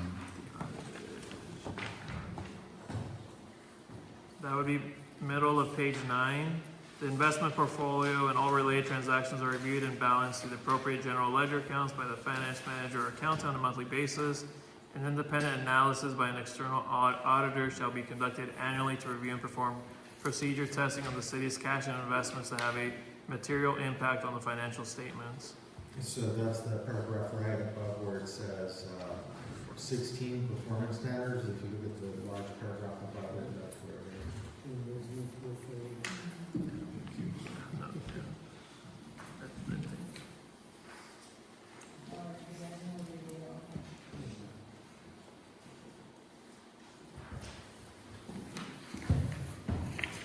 This is standard procedure. Any contract that the city has, it has to be part of the audit at the annual basis, just to see that what's coming in is reflected on the audit every year to make sure we don't have any money that is being missing or not accounted for, so everybody has to go together. And even the earnings that will be coming from this investment has to be part of the audit. Brian, if you can maybe quick 20 seconds on the ordinance itself as well, why we're adopting that, because there was a lot of outdated language in the ordinance about the city's bank. Yeah, so That's the next item. Is regarding Title 3 Finance, Chapter 2, Article 1, I believe, right? So that is designated depositories and designated signatories there, signatories. So that article was about what banks we basically use. So we are mandated to use an allowed bank within the states that's, allowed to do business as a bank. That's the general gist of that ordinance. And it stated that we were supposed to be using the Bank of America Alamo branch, which hasn't existed. For over 30 years. Yeah. 33. 33 years. Yeah, the 80s. For a long time, basically. And I'm pretty sure it passed by resolution at some point. I can't find a specific instance when we started using fast. But the need still persists that we need to update the municipal code to reflect that accurately. The other reason being that in the case that we couldn't continue with fast, or we needed to open an account with another bank for just like updated usage, like ACH transfers, which we currently can't do with fast, that would already need to be in place that we wouldn't struggle to Yeah, get we're, it done. we're already in conflict since we do have an account with US Bank as well. That's where our CD. Yeah, right. So it's just something that needs to be done. It's routine more than anything. And I can attest that for me being in council for so long, the city has been behind in a lot of the ordinance. 40 years without making any changes, and they've been not updated. So, slowly the city has been updating most ordinances that, like we mentioned, Bank of America, how long ago we were dealing with them, 70s, 80s, and now it is time to them to be removed and to be more transparent in everything, to make these changes. It's only for the benefit of the city, not to have a conflict of old policies and, that not good anymore. Same thing happened with business license, how long we did like 40 plus years without increasing the business license fees. It was there since, right, G? Yeah, building permits too. So, Slowly the city wasn't really on top of everything, updating, modifying things that needed to come update. So I think this is a good step for transparency and accountability, because if not, then we're gonna have issues when the audits come. Yeah, that's the general line of thinking. It's more, it has to do more with just having that reflect what the current situation of the city is, especially since the code as it's written isn't something you can even follow anymore. It's impossible. This something that just kind of threw me for a loop, on this, at the bottom of page 78 on 79. There's sitting about CEQA. What does CEQA have to do with investments? So that just says that it has nothing to do with it. It's just in there because it's, what's the word? You're supposed to state that it's exempt. That's the only reason it's in there. It's a formality. It makes sense, but it's not, nothing to do with investments. Yeah, so I guess CEQA is involved in most city projects, and we have to take it into account, and if it doesn't apply to it, then so we have the exempt from CEQA.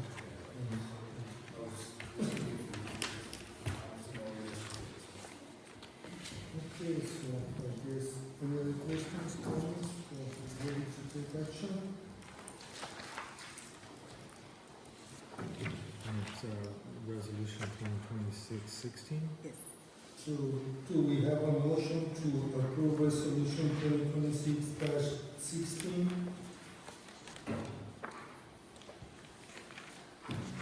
Also move, is there a second? Second by Councilmember Reynoso, and roll call please. Councilmember Reynoso? Yes. Councilmember Riddle? Yes. Councilman Hernandez, Mayor Pro Tem Gomez, Mayor Preciado. Yes. And for the record, it passed by the vote of 5-0. Thank you. And now, so before we go into closed session, There's 2 more items. Okay, 2 more items. Okay, I'm gonna go to, C, introduction of the first reading of multiple ordinance amending the Avenue Municipal Code. And, who will take this one? Everybody. Tony? Yeah, sorry. Thank you, Angie. All right, thank you, Honorable Mayor, City Council members. So yes, before you, and this is a good segue from our previous conversation regarding the need to update and strengthen a lot of our governance and our policies, core between them being the municipal code, which has become the law of the land for our community, for our city. For many years, I've been hoping to do a comprehensive update to the municipal code, and we are actually exploring digitizing it a little bit better. Civic Plus bought out Mooney Code, right? Mooney Code, right? 2 years ago, so we already have a contract with Civic Plus, and the city clerk has been in conversations about getting that updated. But before we can even get to that, there are some housekeeping items that do need to be kind of updated and fixed. So I do appreciate that the finance manager already kind of helped segue the first item. So there are 5 ordinances that staff is asking council to consider waiving the first reading. So as a reminder about these ordinances, they do require 2 readings, and then they go into effect 30 days after. We give this an opportunity for the community to review, ask questions and whatnot. If later on we deem that something needs to be changed or amended, that can always be done later on. So I'm going to just briefly touch on the 5 ordinances that are being considered, all of which were that were created alongside staff and the city attorney. So the first one is the financial code amendment. Finance manager just reviewed that. Again, it's just to update and clarify a lot of the lines about who we're banking with, who's supposed to make the deposits, which is supposed to be Angie currently. Yes, everything Angie. I think mayor is also supposed to be involved in that as well. So those are some of the things that are being cleaned up just to be in line with best practices in other cities. And yes, you're going to see at the bottom of each of these items is the exemption from CEQA, because we're not really affecting anything, but we need to notice that there is an exemption because some municipal codes, so it says the zoning ordinance could require CEQA. Item 2, the ordinance on planning cost recovery. I didn't put the ordinance numbers on these. Oh well. No, I know. I had a version that had this cleaned up a little bit more.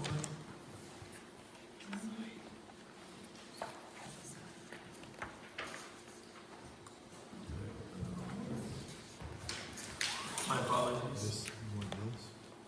No, I was sharing the wrong document. That's why I was having issues. I know I had to fix a lot of this.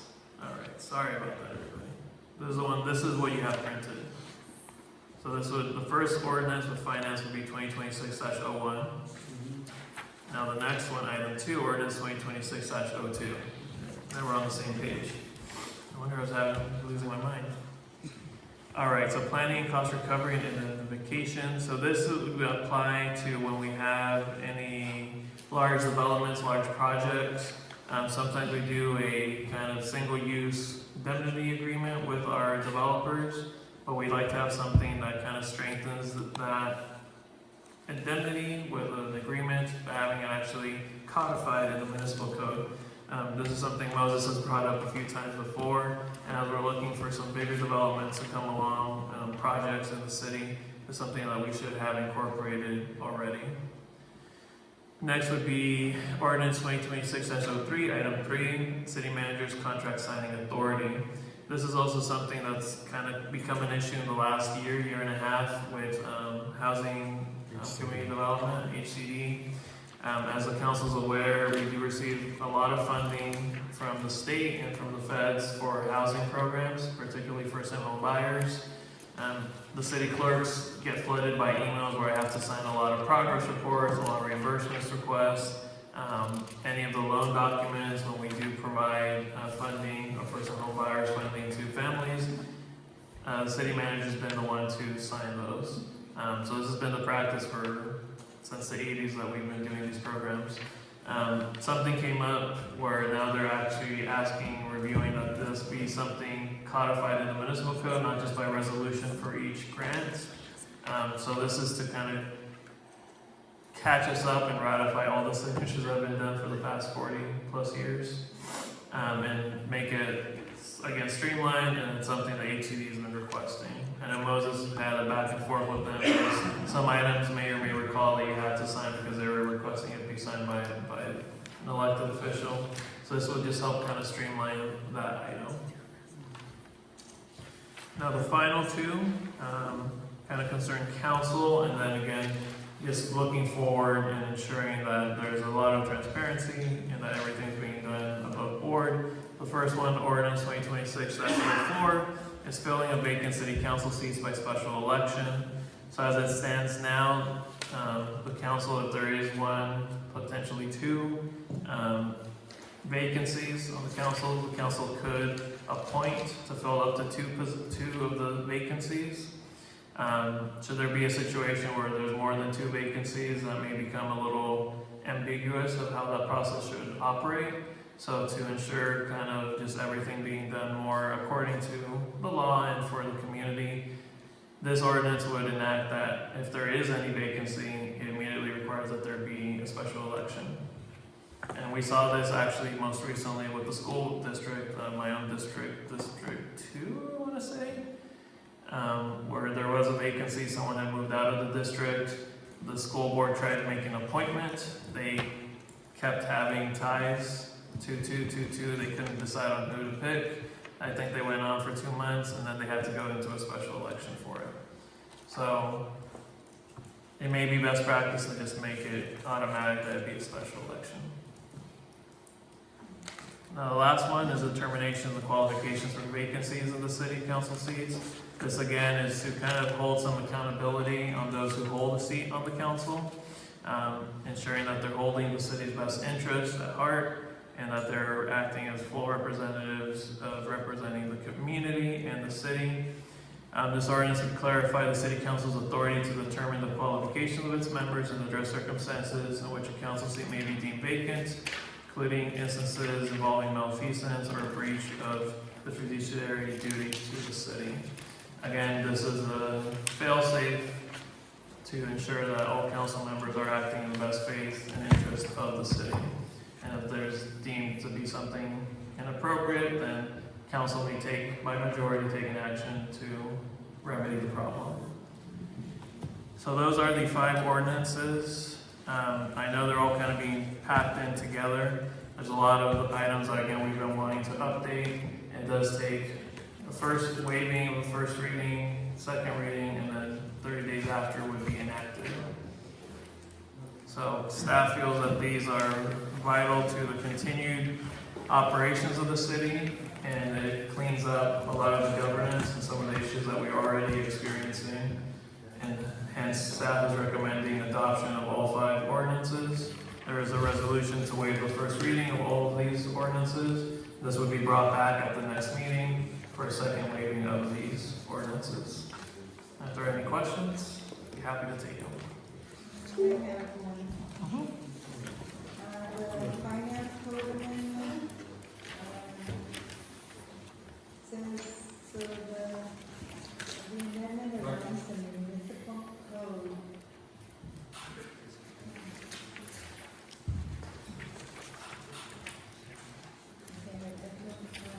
Would the city manager be the only one says the amendment aligns with the municipal code with the city's actual operation. It clarifies that the city manager, rather than elected officials, is responsible for the day-to-day banking and financial transactions. So the city manager would be the only one, or do we have to? It's city check manager. and balances? It'd be a check and balance of city manager designee. So kind of what we were mentioning, I was joking about it, but it's actually what's written in. is that certain positions are supposed to do the deposits, the mayor's supposed to go do deposits, if not, then the city clerk's supposed to go do daily deposits. That's not how we're currently operating. It also stipulates, Bank of America and such, and we have other accounts open. So what this would do is streamline and clean it up that it would be the city manager, but then I would, by policy, then designate, this is who can make deposits. Because actually our customer service rep and our utilities manager are the ones who typically make deposits. So that would allow me to make those procedures, and then we're following them. And then the auditors can also review and ensure that we're following those procedures. They're assuming that we're following our own policies, but we actually don't have a policy in place because we're not even following the ordinance. Can there be some wording where you can delegate that position? It is. It's meant to be city manager or designee. It says or designee in the actual form. What is the statement? Page, you have it there. Page 89. 89, I'm looking at 82. Yeah, so the actual ordinance. Okay. 89. That page, yeah. If you look at the third line from the bottom of that paragraph, it says city manager or their designee. Or their designee. And, Moses, maybe you can speak to that. That's typically best practice. Right? Yeah, let's stand like this week, the city needs to operate on a daily basis, and there's a deposit that needed to be made Monday or Tuesday or Wednesday. I was not available. I was in Long Beach in the conference. So that's why this helps city manager or designated person. Even if he's on vacation, he can designate somebody too. So this is kind of helps the city move into a more transparent, because there's got to be designated people too, right? Right, and I'll just clarify one thing, and this has kind of been across the board. To the city council, the city manager is the council's only employee. I'm the one you guys can bring in, reprimand, give direction, etc. Then it's on me to give the direction and lead the rest of the staff. This is for protection on both sides. It wouldn't be where you would start questioning the city clerk or our utilities manager or customer service rep about why they did or didn't do something. That's my responsibility. And as it stands now, anything that were to happen or any issue falls on me. This is, again, streamlines of who the accountability falls under. That's not to say I'm the one actually going and doing every operation, but it allows I'm supposed to keep the oversight and have the checks and balances to ensure that the operations are being done correctly.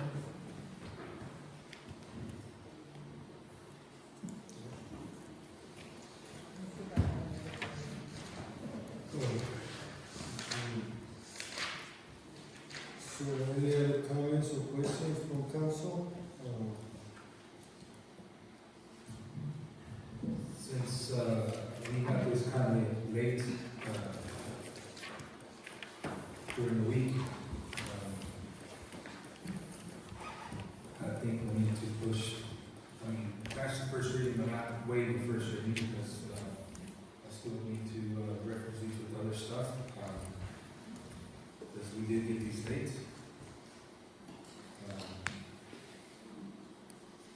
Yeah, that's why there would still be time with the second reading. Yeah, but I don't want to waive the first reading. I want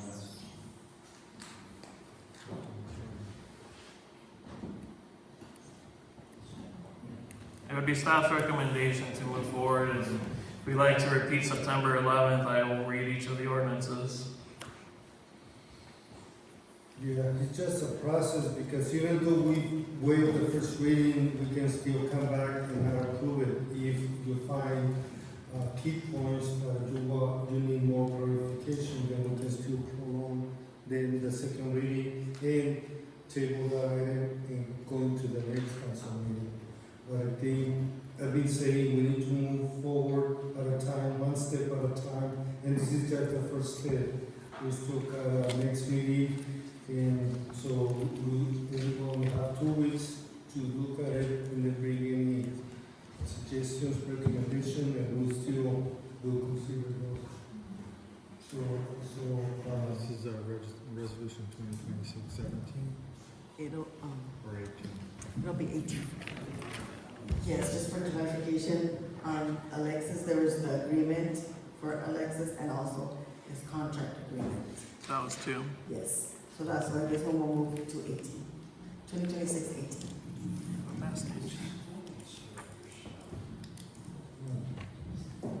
So, item 9A is 2026-16, item 9B is 2026-16, and this one will be 2026-18. Let's clarify. There was 2. There was 2 on B. Yeah, for A, it's 2 for 15 A? and yeah. Okay. Oh, yeah, sorry, 2 for So Mayor, I think A has 20. 15 and 16? Yes. Yes. Okay, 2016. So this is, So we're doing for, To the next meeting, no, Not yet. as they, you're approving a resolution 2020-16-18. so this is a resolution. to waive the first reading. Okay. 2026-18. Correct. Also move to. So who motion? I have a second one, first by Protein Gomez. And then we can have those 2 weeks. And is there a second? Okay. A second by Councilmember Hernandez. Roll call, please. Councilmember Reynosa? Yeah. Councilmember Dugo? No. Councilman Hernandez? Mayor Pro Tem Gomez? Mayor Bresciano?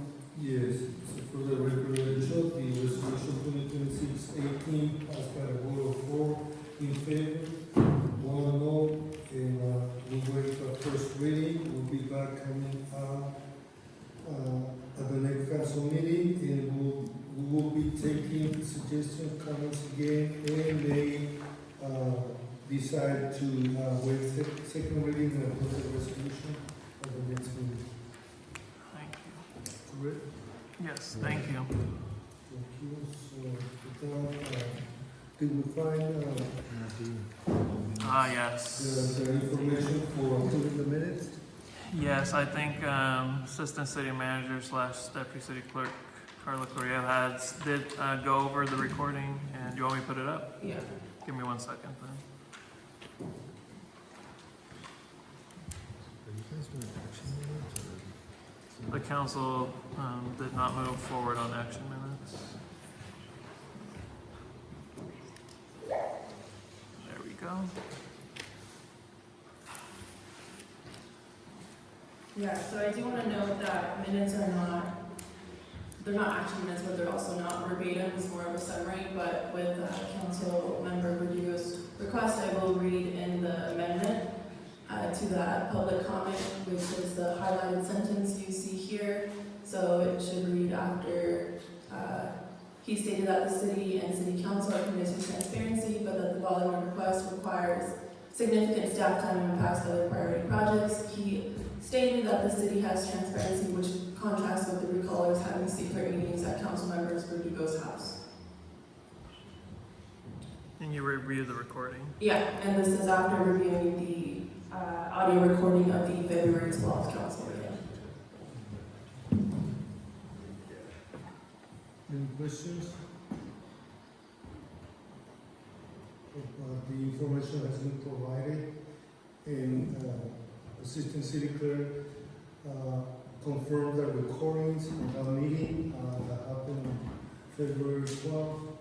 So I think with the information now being shown, I believe we can now approve the minutes for the,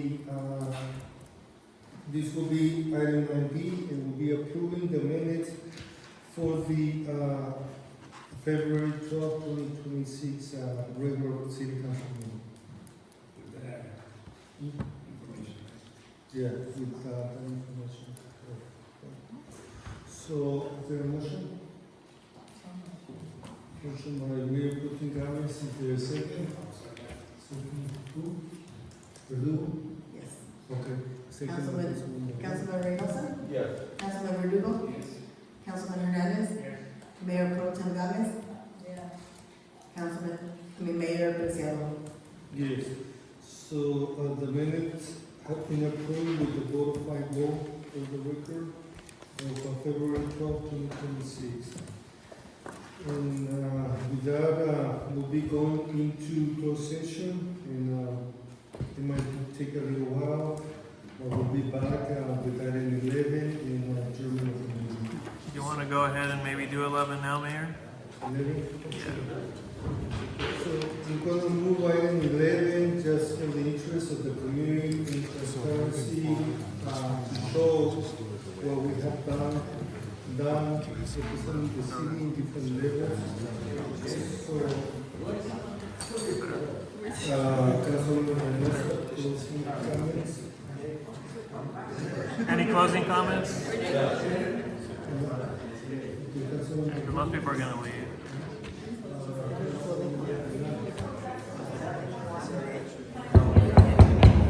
We're doing closing comments. just doing closing comments before we go into closed session, just to. Okay, so closing comments from Assistant City Clerk, Carla? Yes, I do have some, announcements for our climate survey coming up. I will be having survey training next Thursday, the 19th at 6 p.m. here in the Pegasus room. So if you guys know of any other volunteers that are willing to come out, and we'll be prepping them for the survey, which will be starting Saturday the 21st. So this is like handing them their volunteer badge, their safety vest, and going over the list of questions that we'll be conducting. And I also invite council members. I know you guys expressed interest in helping out with the survey as well, so we can go over that as well that day. 6 p.m. Any announcements or closing comments from City Clerk? Glad it was a speedy meeting, but I do have, please go and get your mail. I forgot to bring it in on my own. 700 forms? The 700 forms? The ones that have submitted them are Mr. Verdugo and Mr. Hernandez. I haven't seen yours yet. Ms. Gomez, I need your 700 form, and Mr. Reynoso. If you need to swing by, and the city clerks can help you, but it needs to happen before the end of the month? Before April. Go before the end of the month. For me, it's on the 19th for the other We can't just, Online. Gomez and Okay, so closing comments by our city manager? Yes, just very briefly, thank you again to council for the support and trust as we are adding more members to our team and familia. And congratulations, Jacob, and thank you for waiting it out with us. And then I do want to give congratulations to Alexi. I know he's going to do us well, make us proud. Alongside that, I want to reiterate that tomorrow is going to be very busy. I wish I could split myself between the open hours at Mets Hall, between the Avon Youth Football doing their fish fry, which I'll have to be at, as well as Rotary is helping along with they'll be doing beer sales.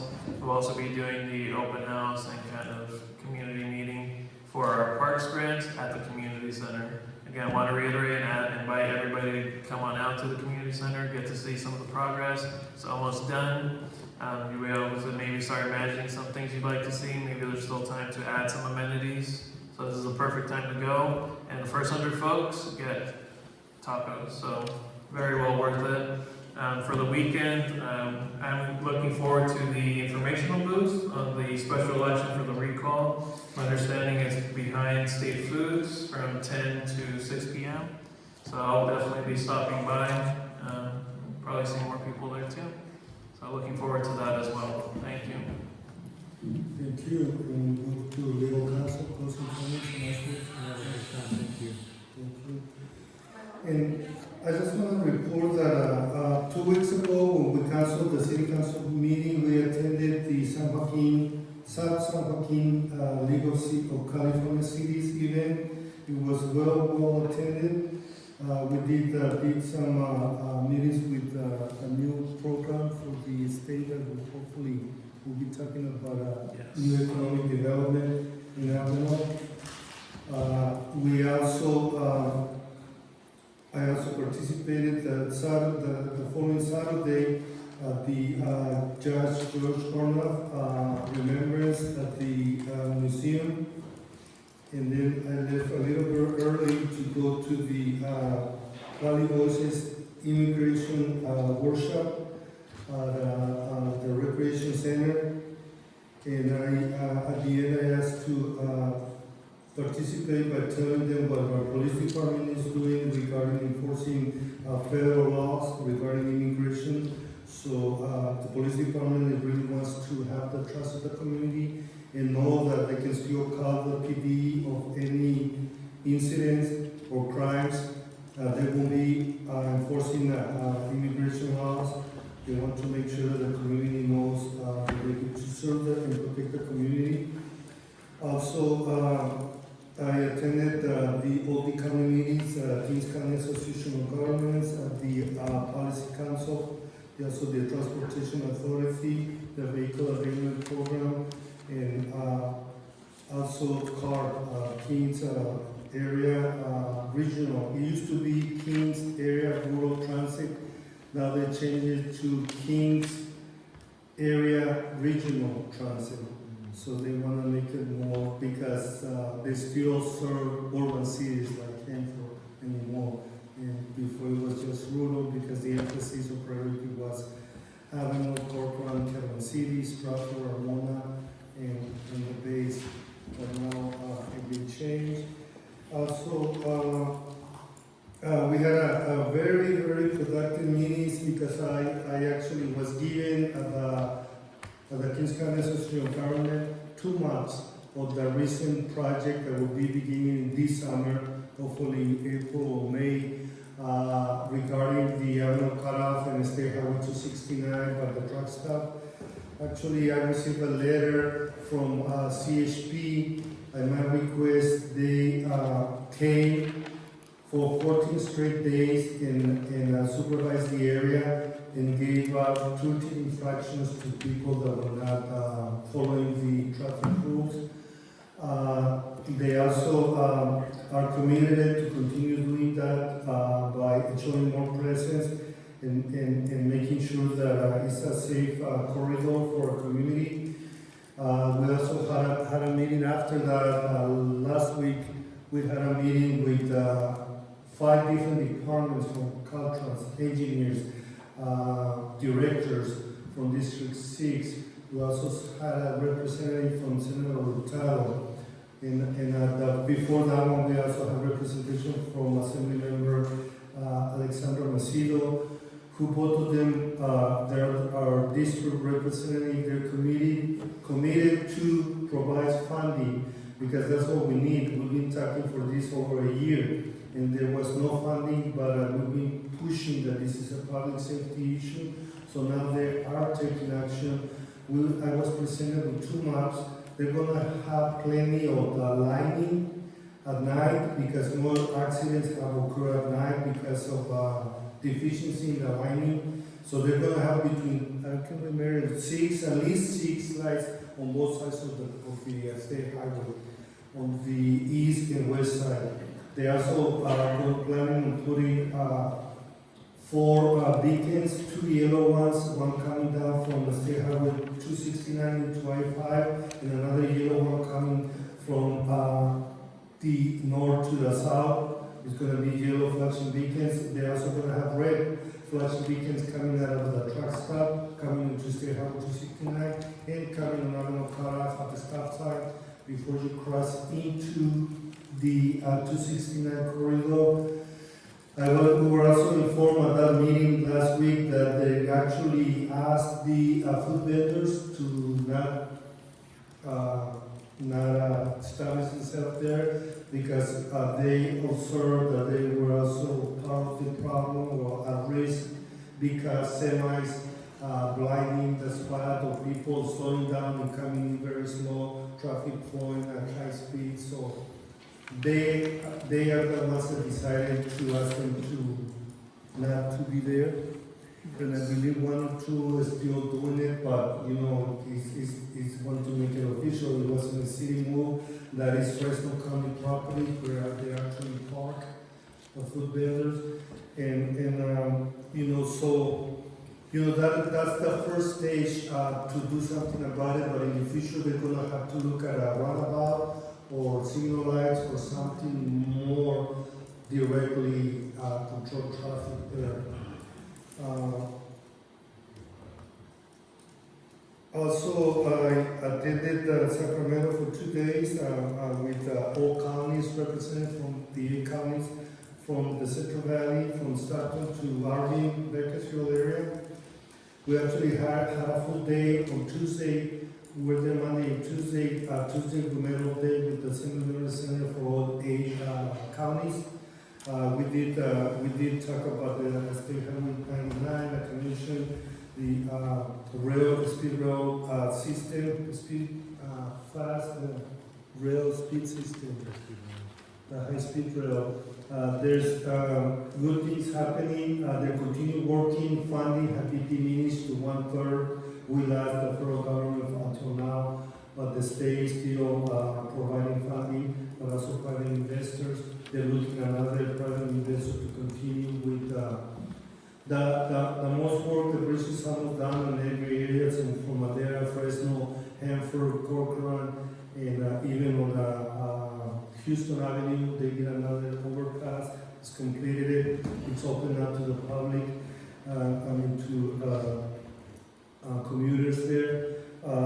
But they're looking at the budget, and we did a proposal, ask for funding at the 2 different levels.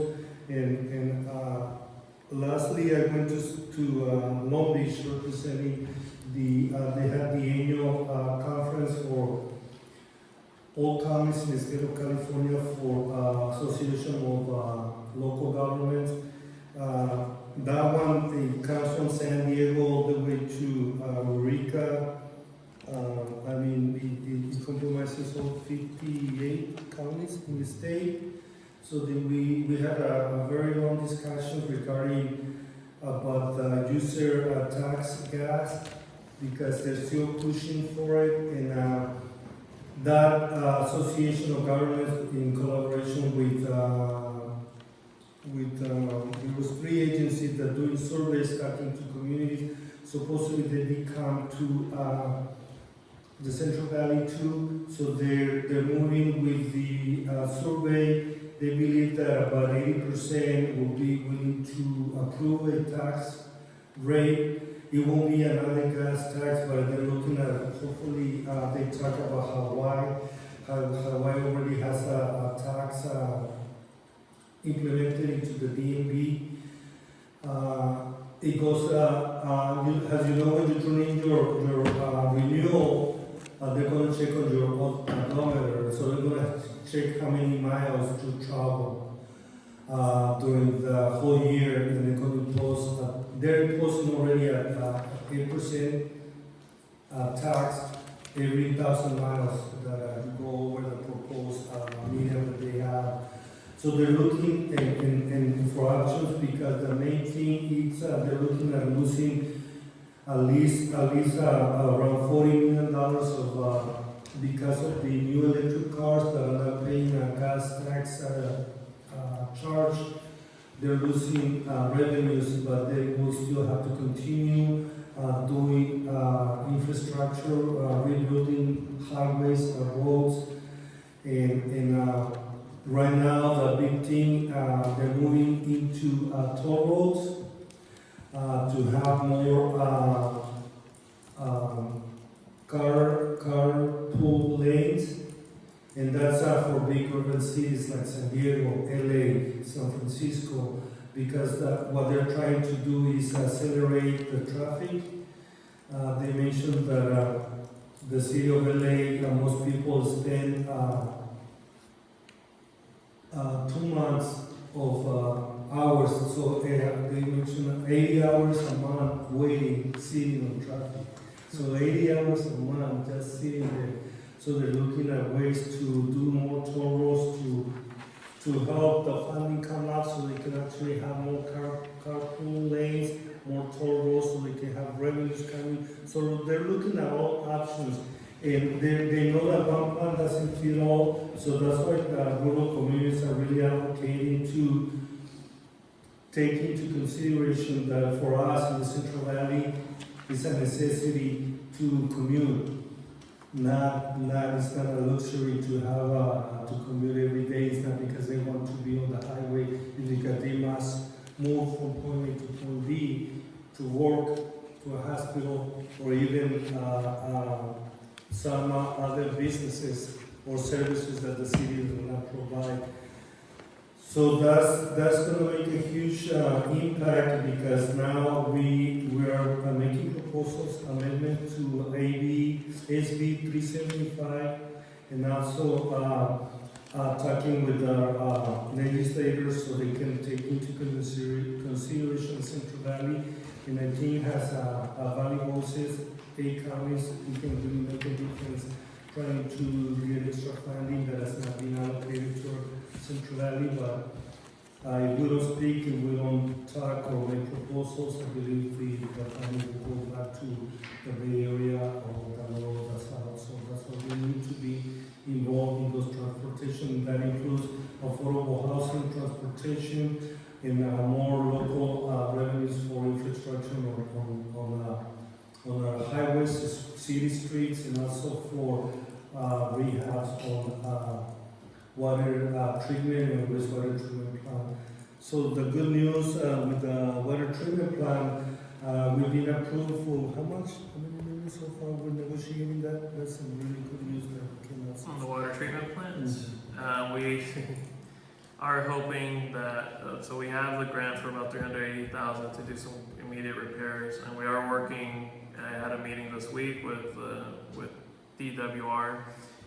The max that we qualify for, or the max that they can fund, is $50 million. The project right now actually stands at $61 million.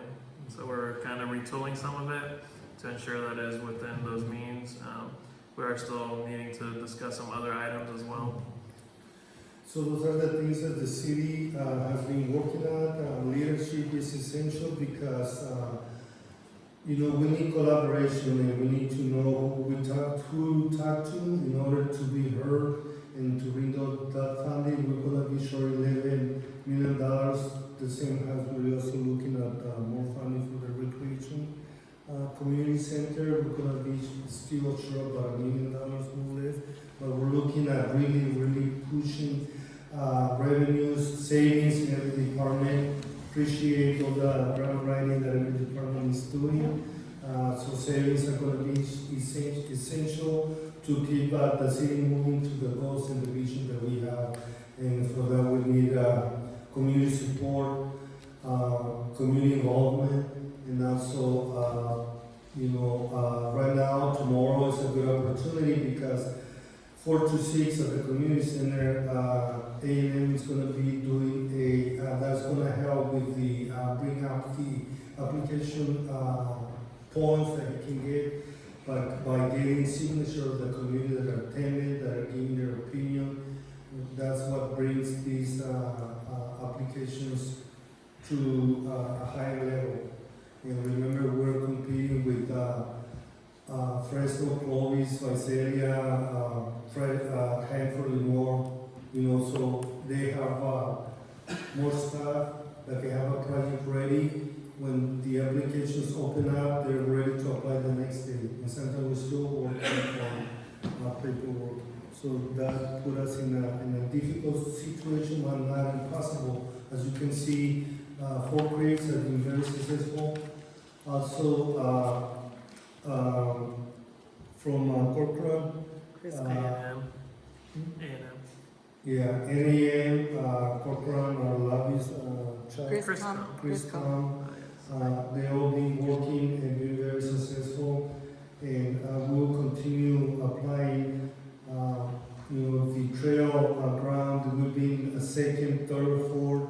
We're moving from 5th to 2nd place. So hopefully this year or next year, hopefully we'll get the needed funding for that trail that's been waiting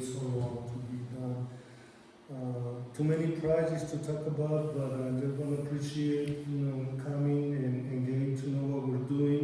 In the past, we did things the best to our knowledge, but we really need engaged input from the community, not only the ones that come, but the ones that are not able to come because of work or maybe language may be also a barrier for them.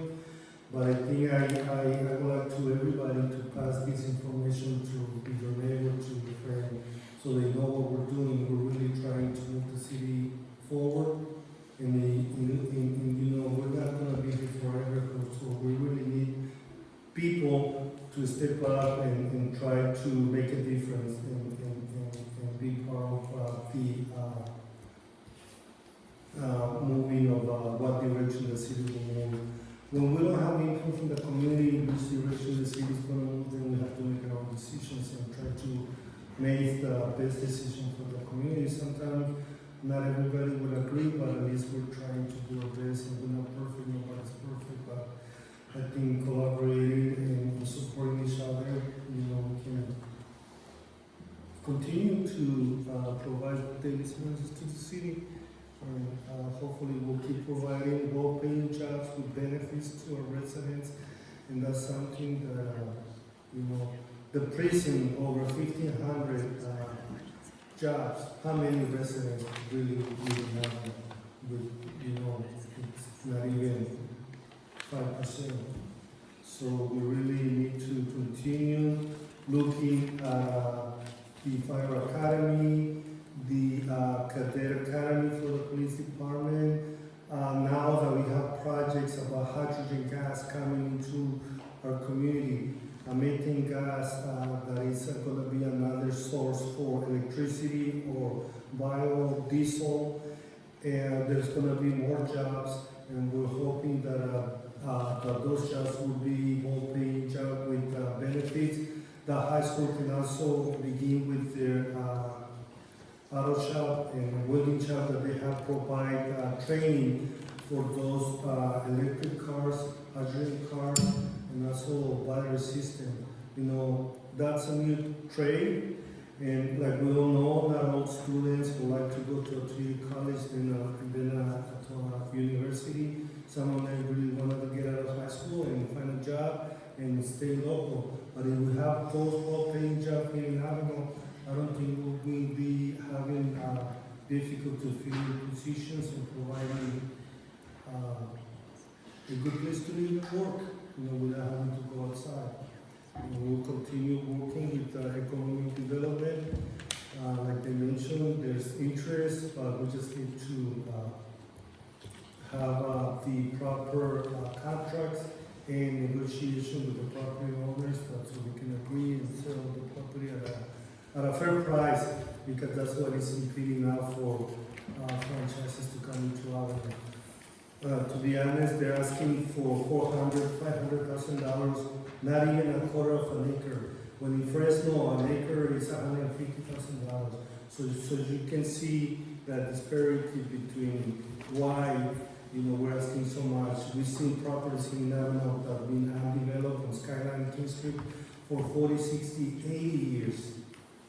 So we really need those property owners to step up and do something with them. They're not going to do anything, sell it at a decent price, affordable price, so a resident can actually begin a new business. We don't have any offices for rent, any places for new business, so we're kind of stuck with what we have. And the city's growing, it's expanding. We like to provide more services that they go out to other counties, to other cities. Their tax dollars go other places. We need to keep them here in order to make Avenal a better place. I almost have too much of being a dual closes. So thank you, and we're going to close session. Thank you for the meeting, and we'll be back.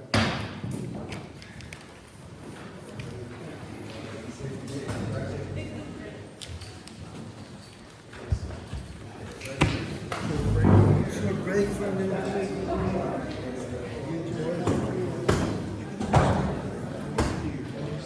He's still.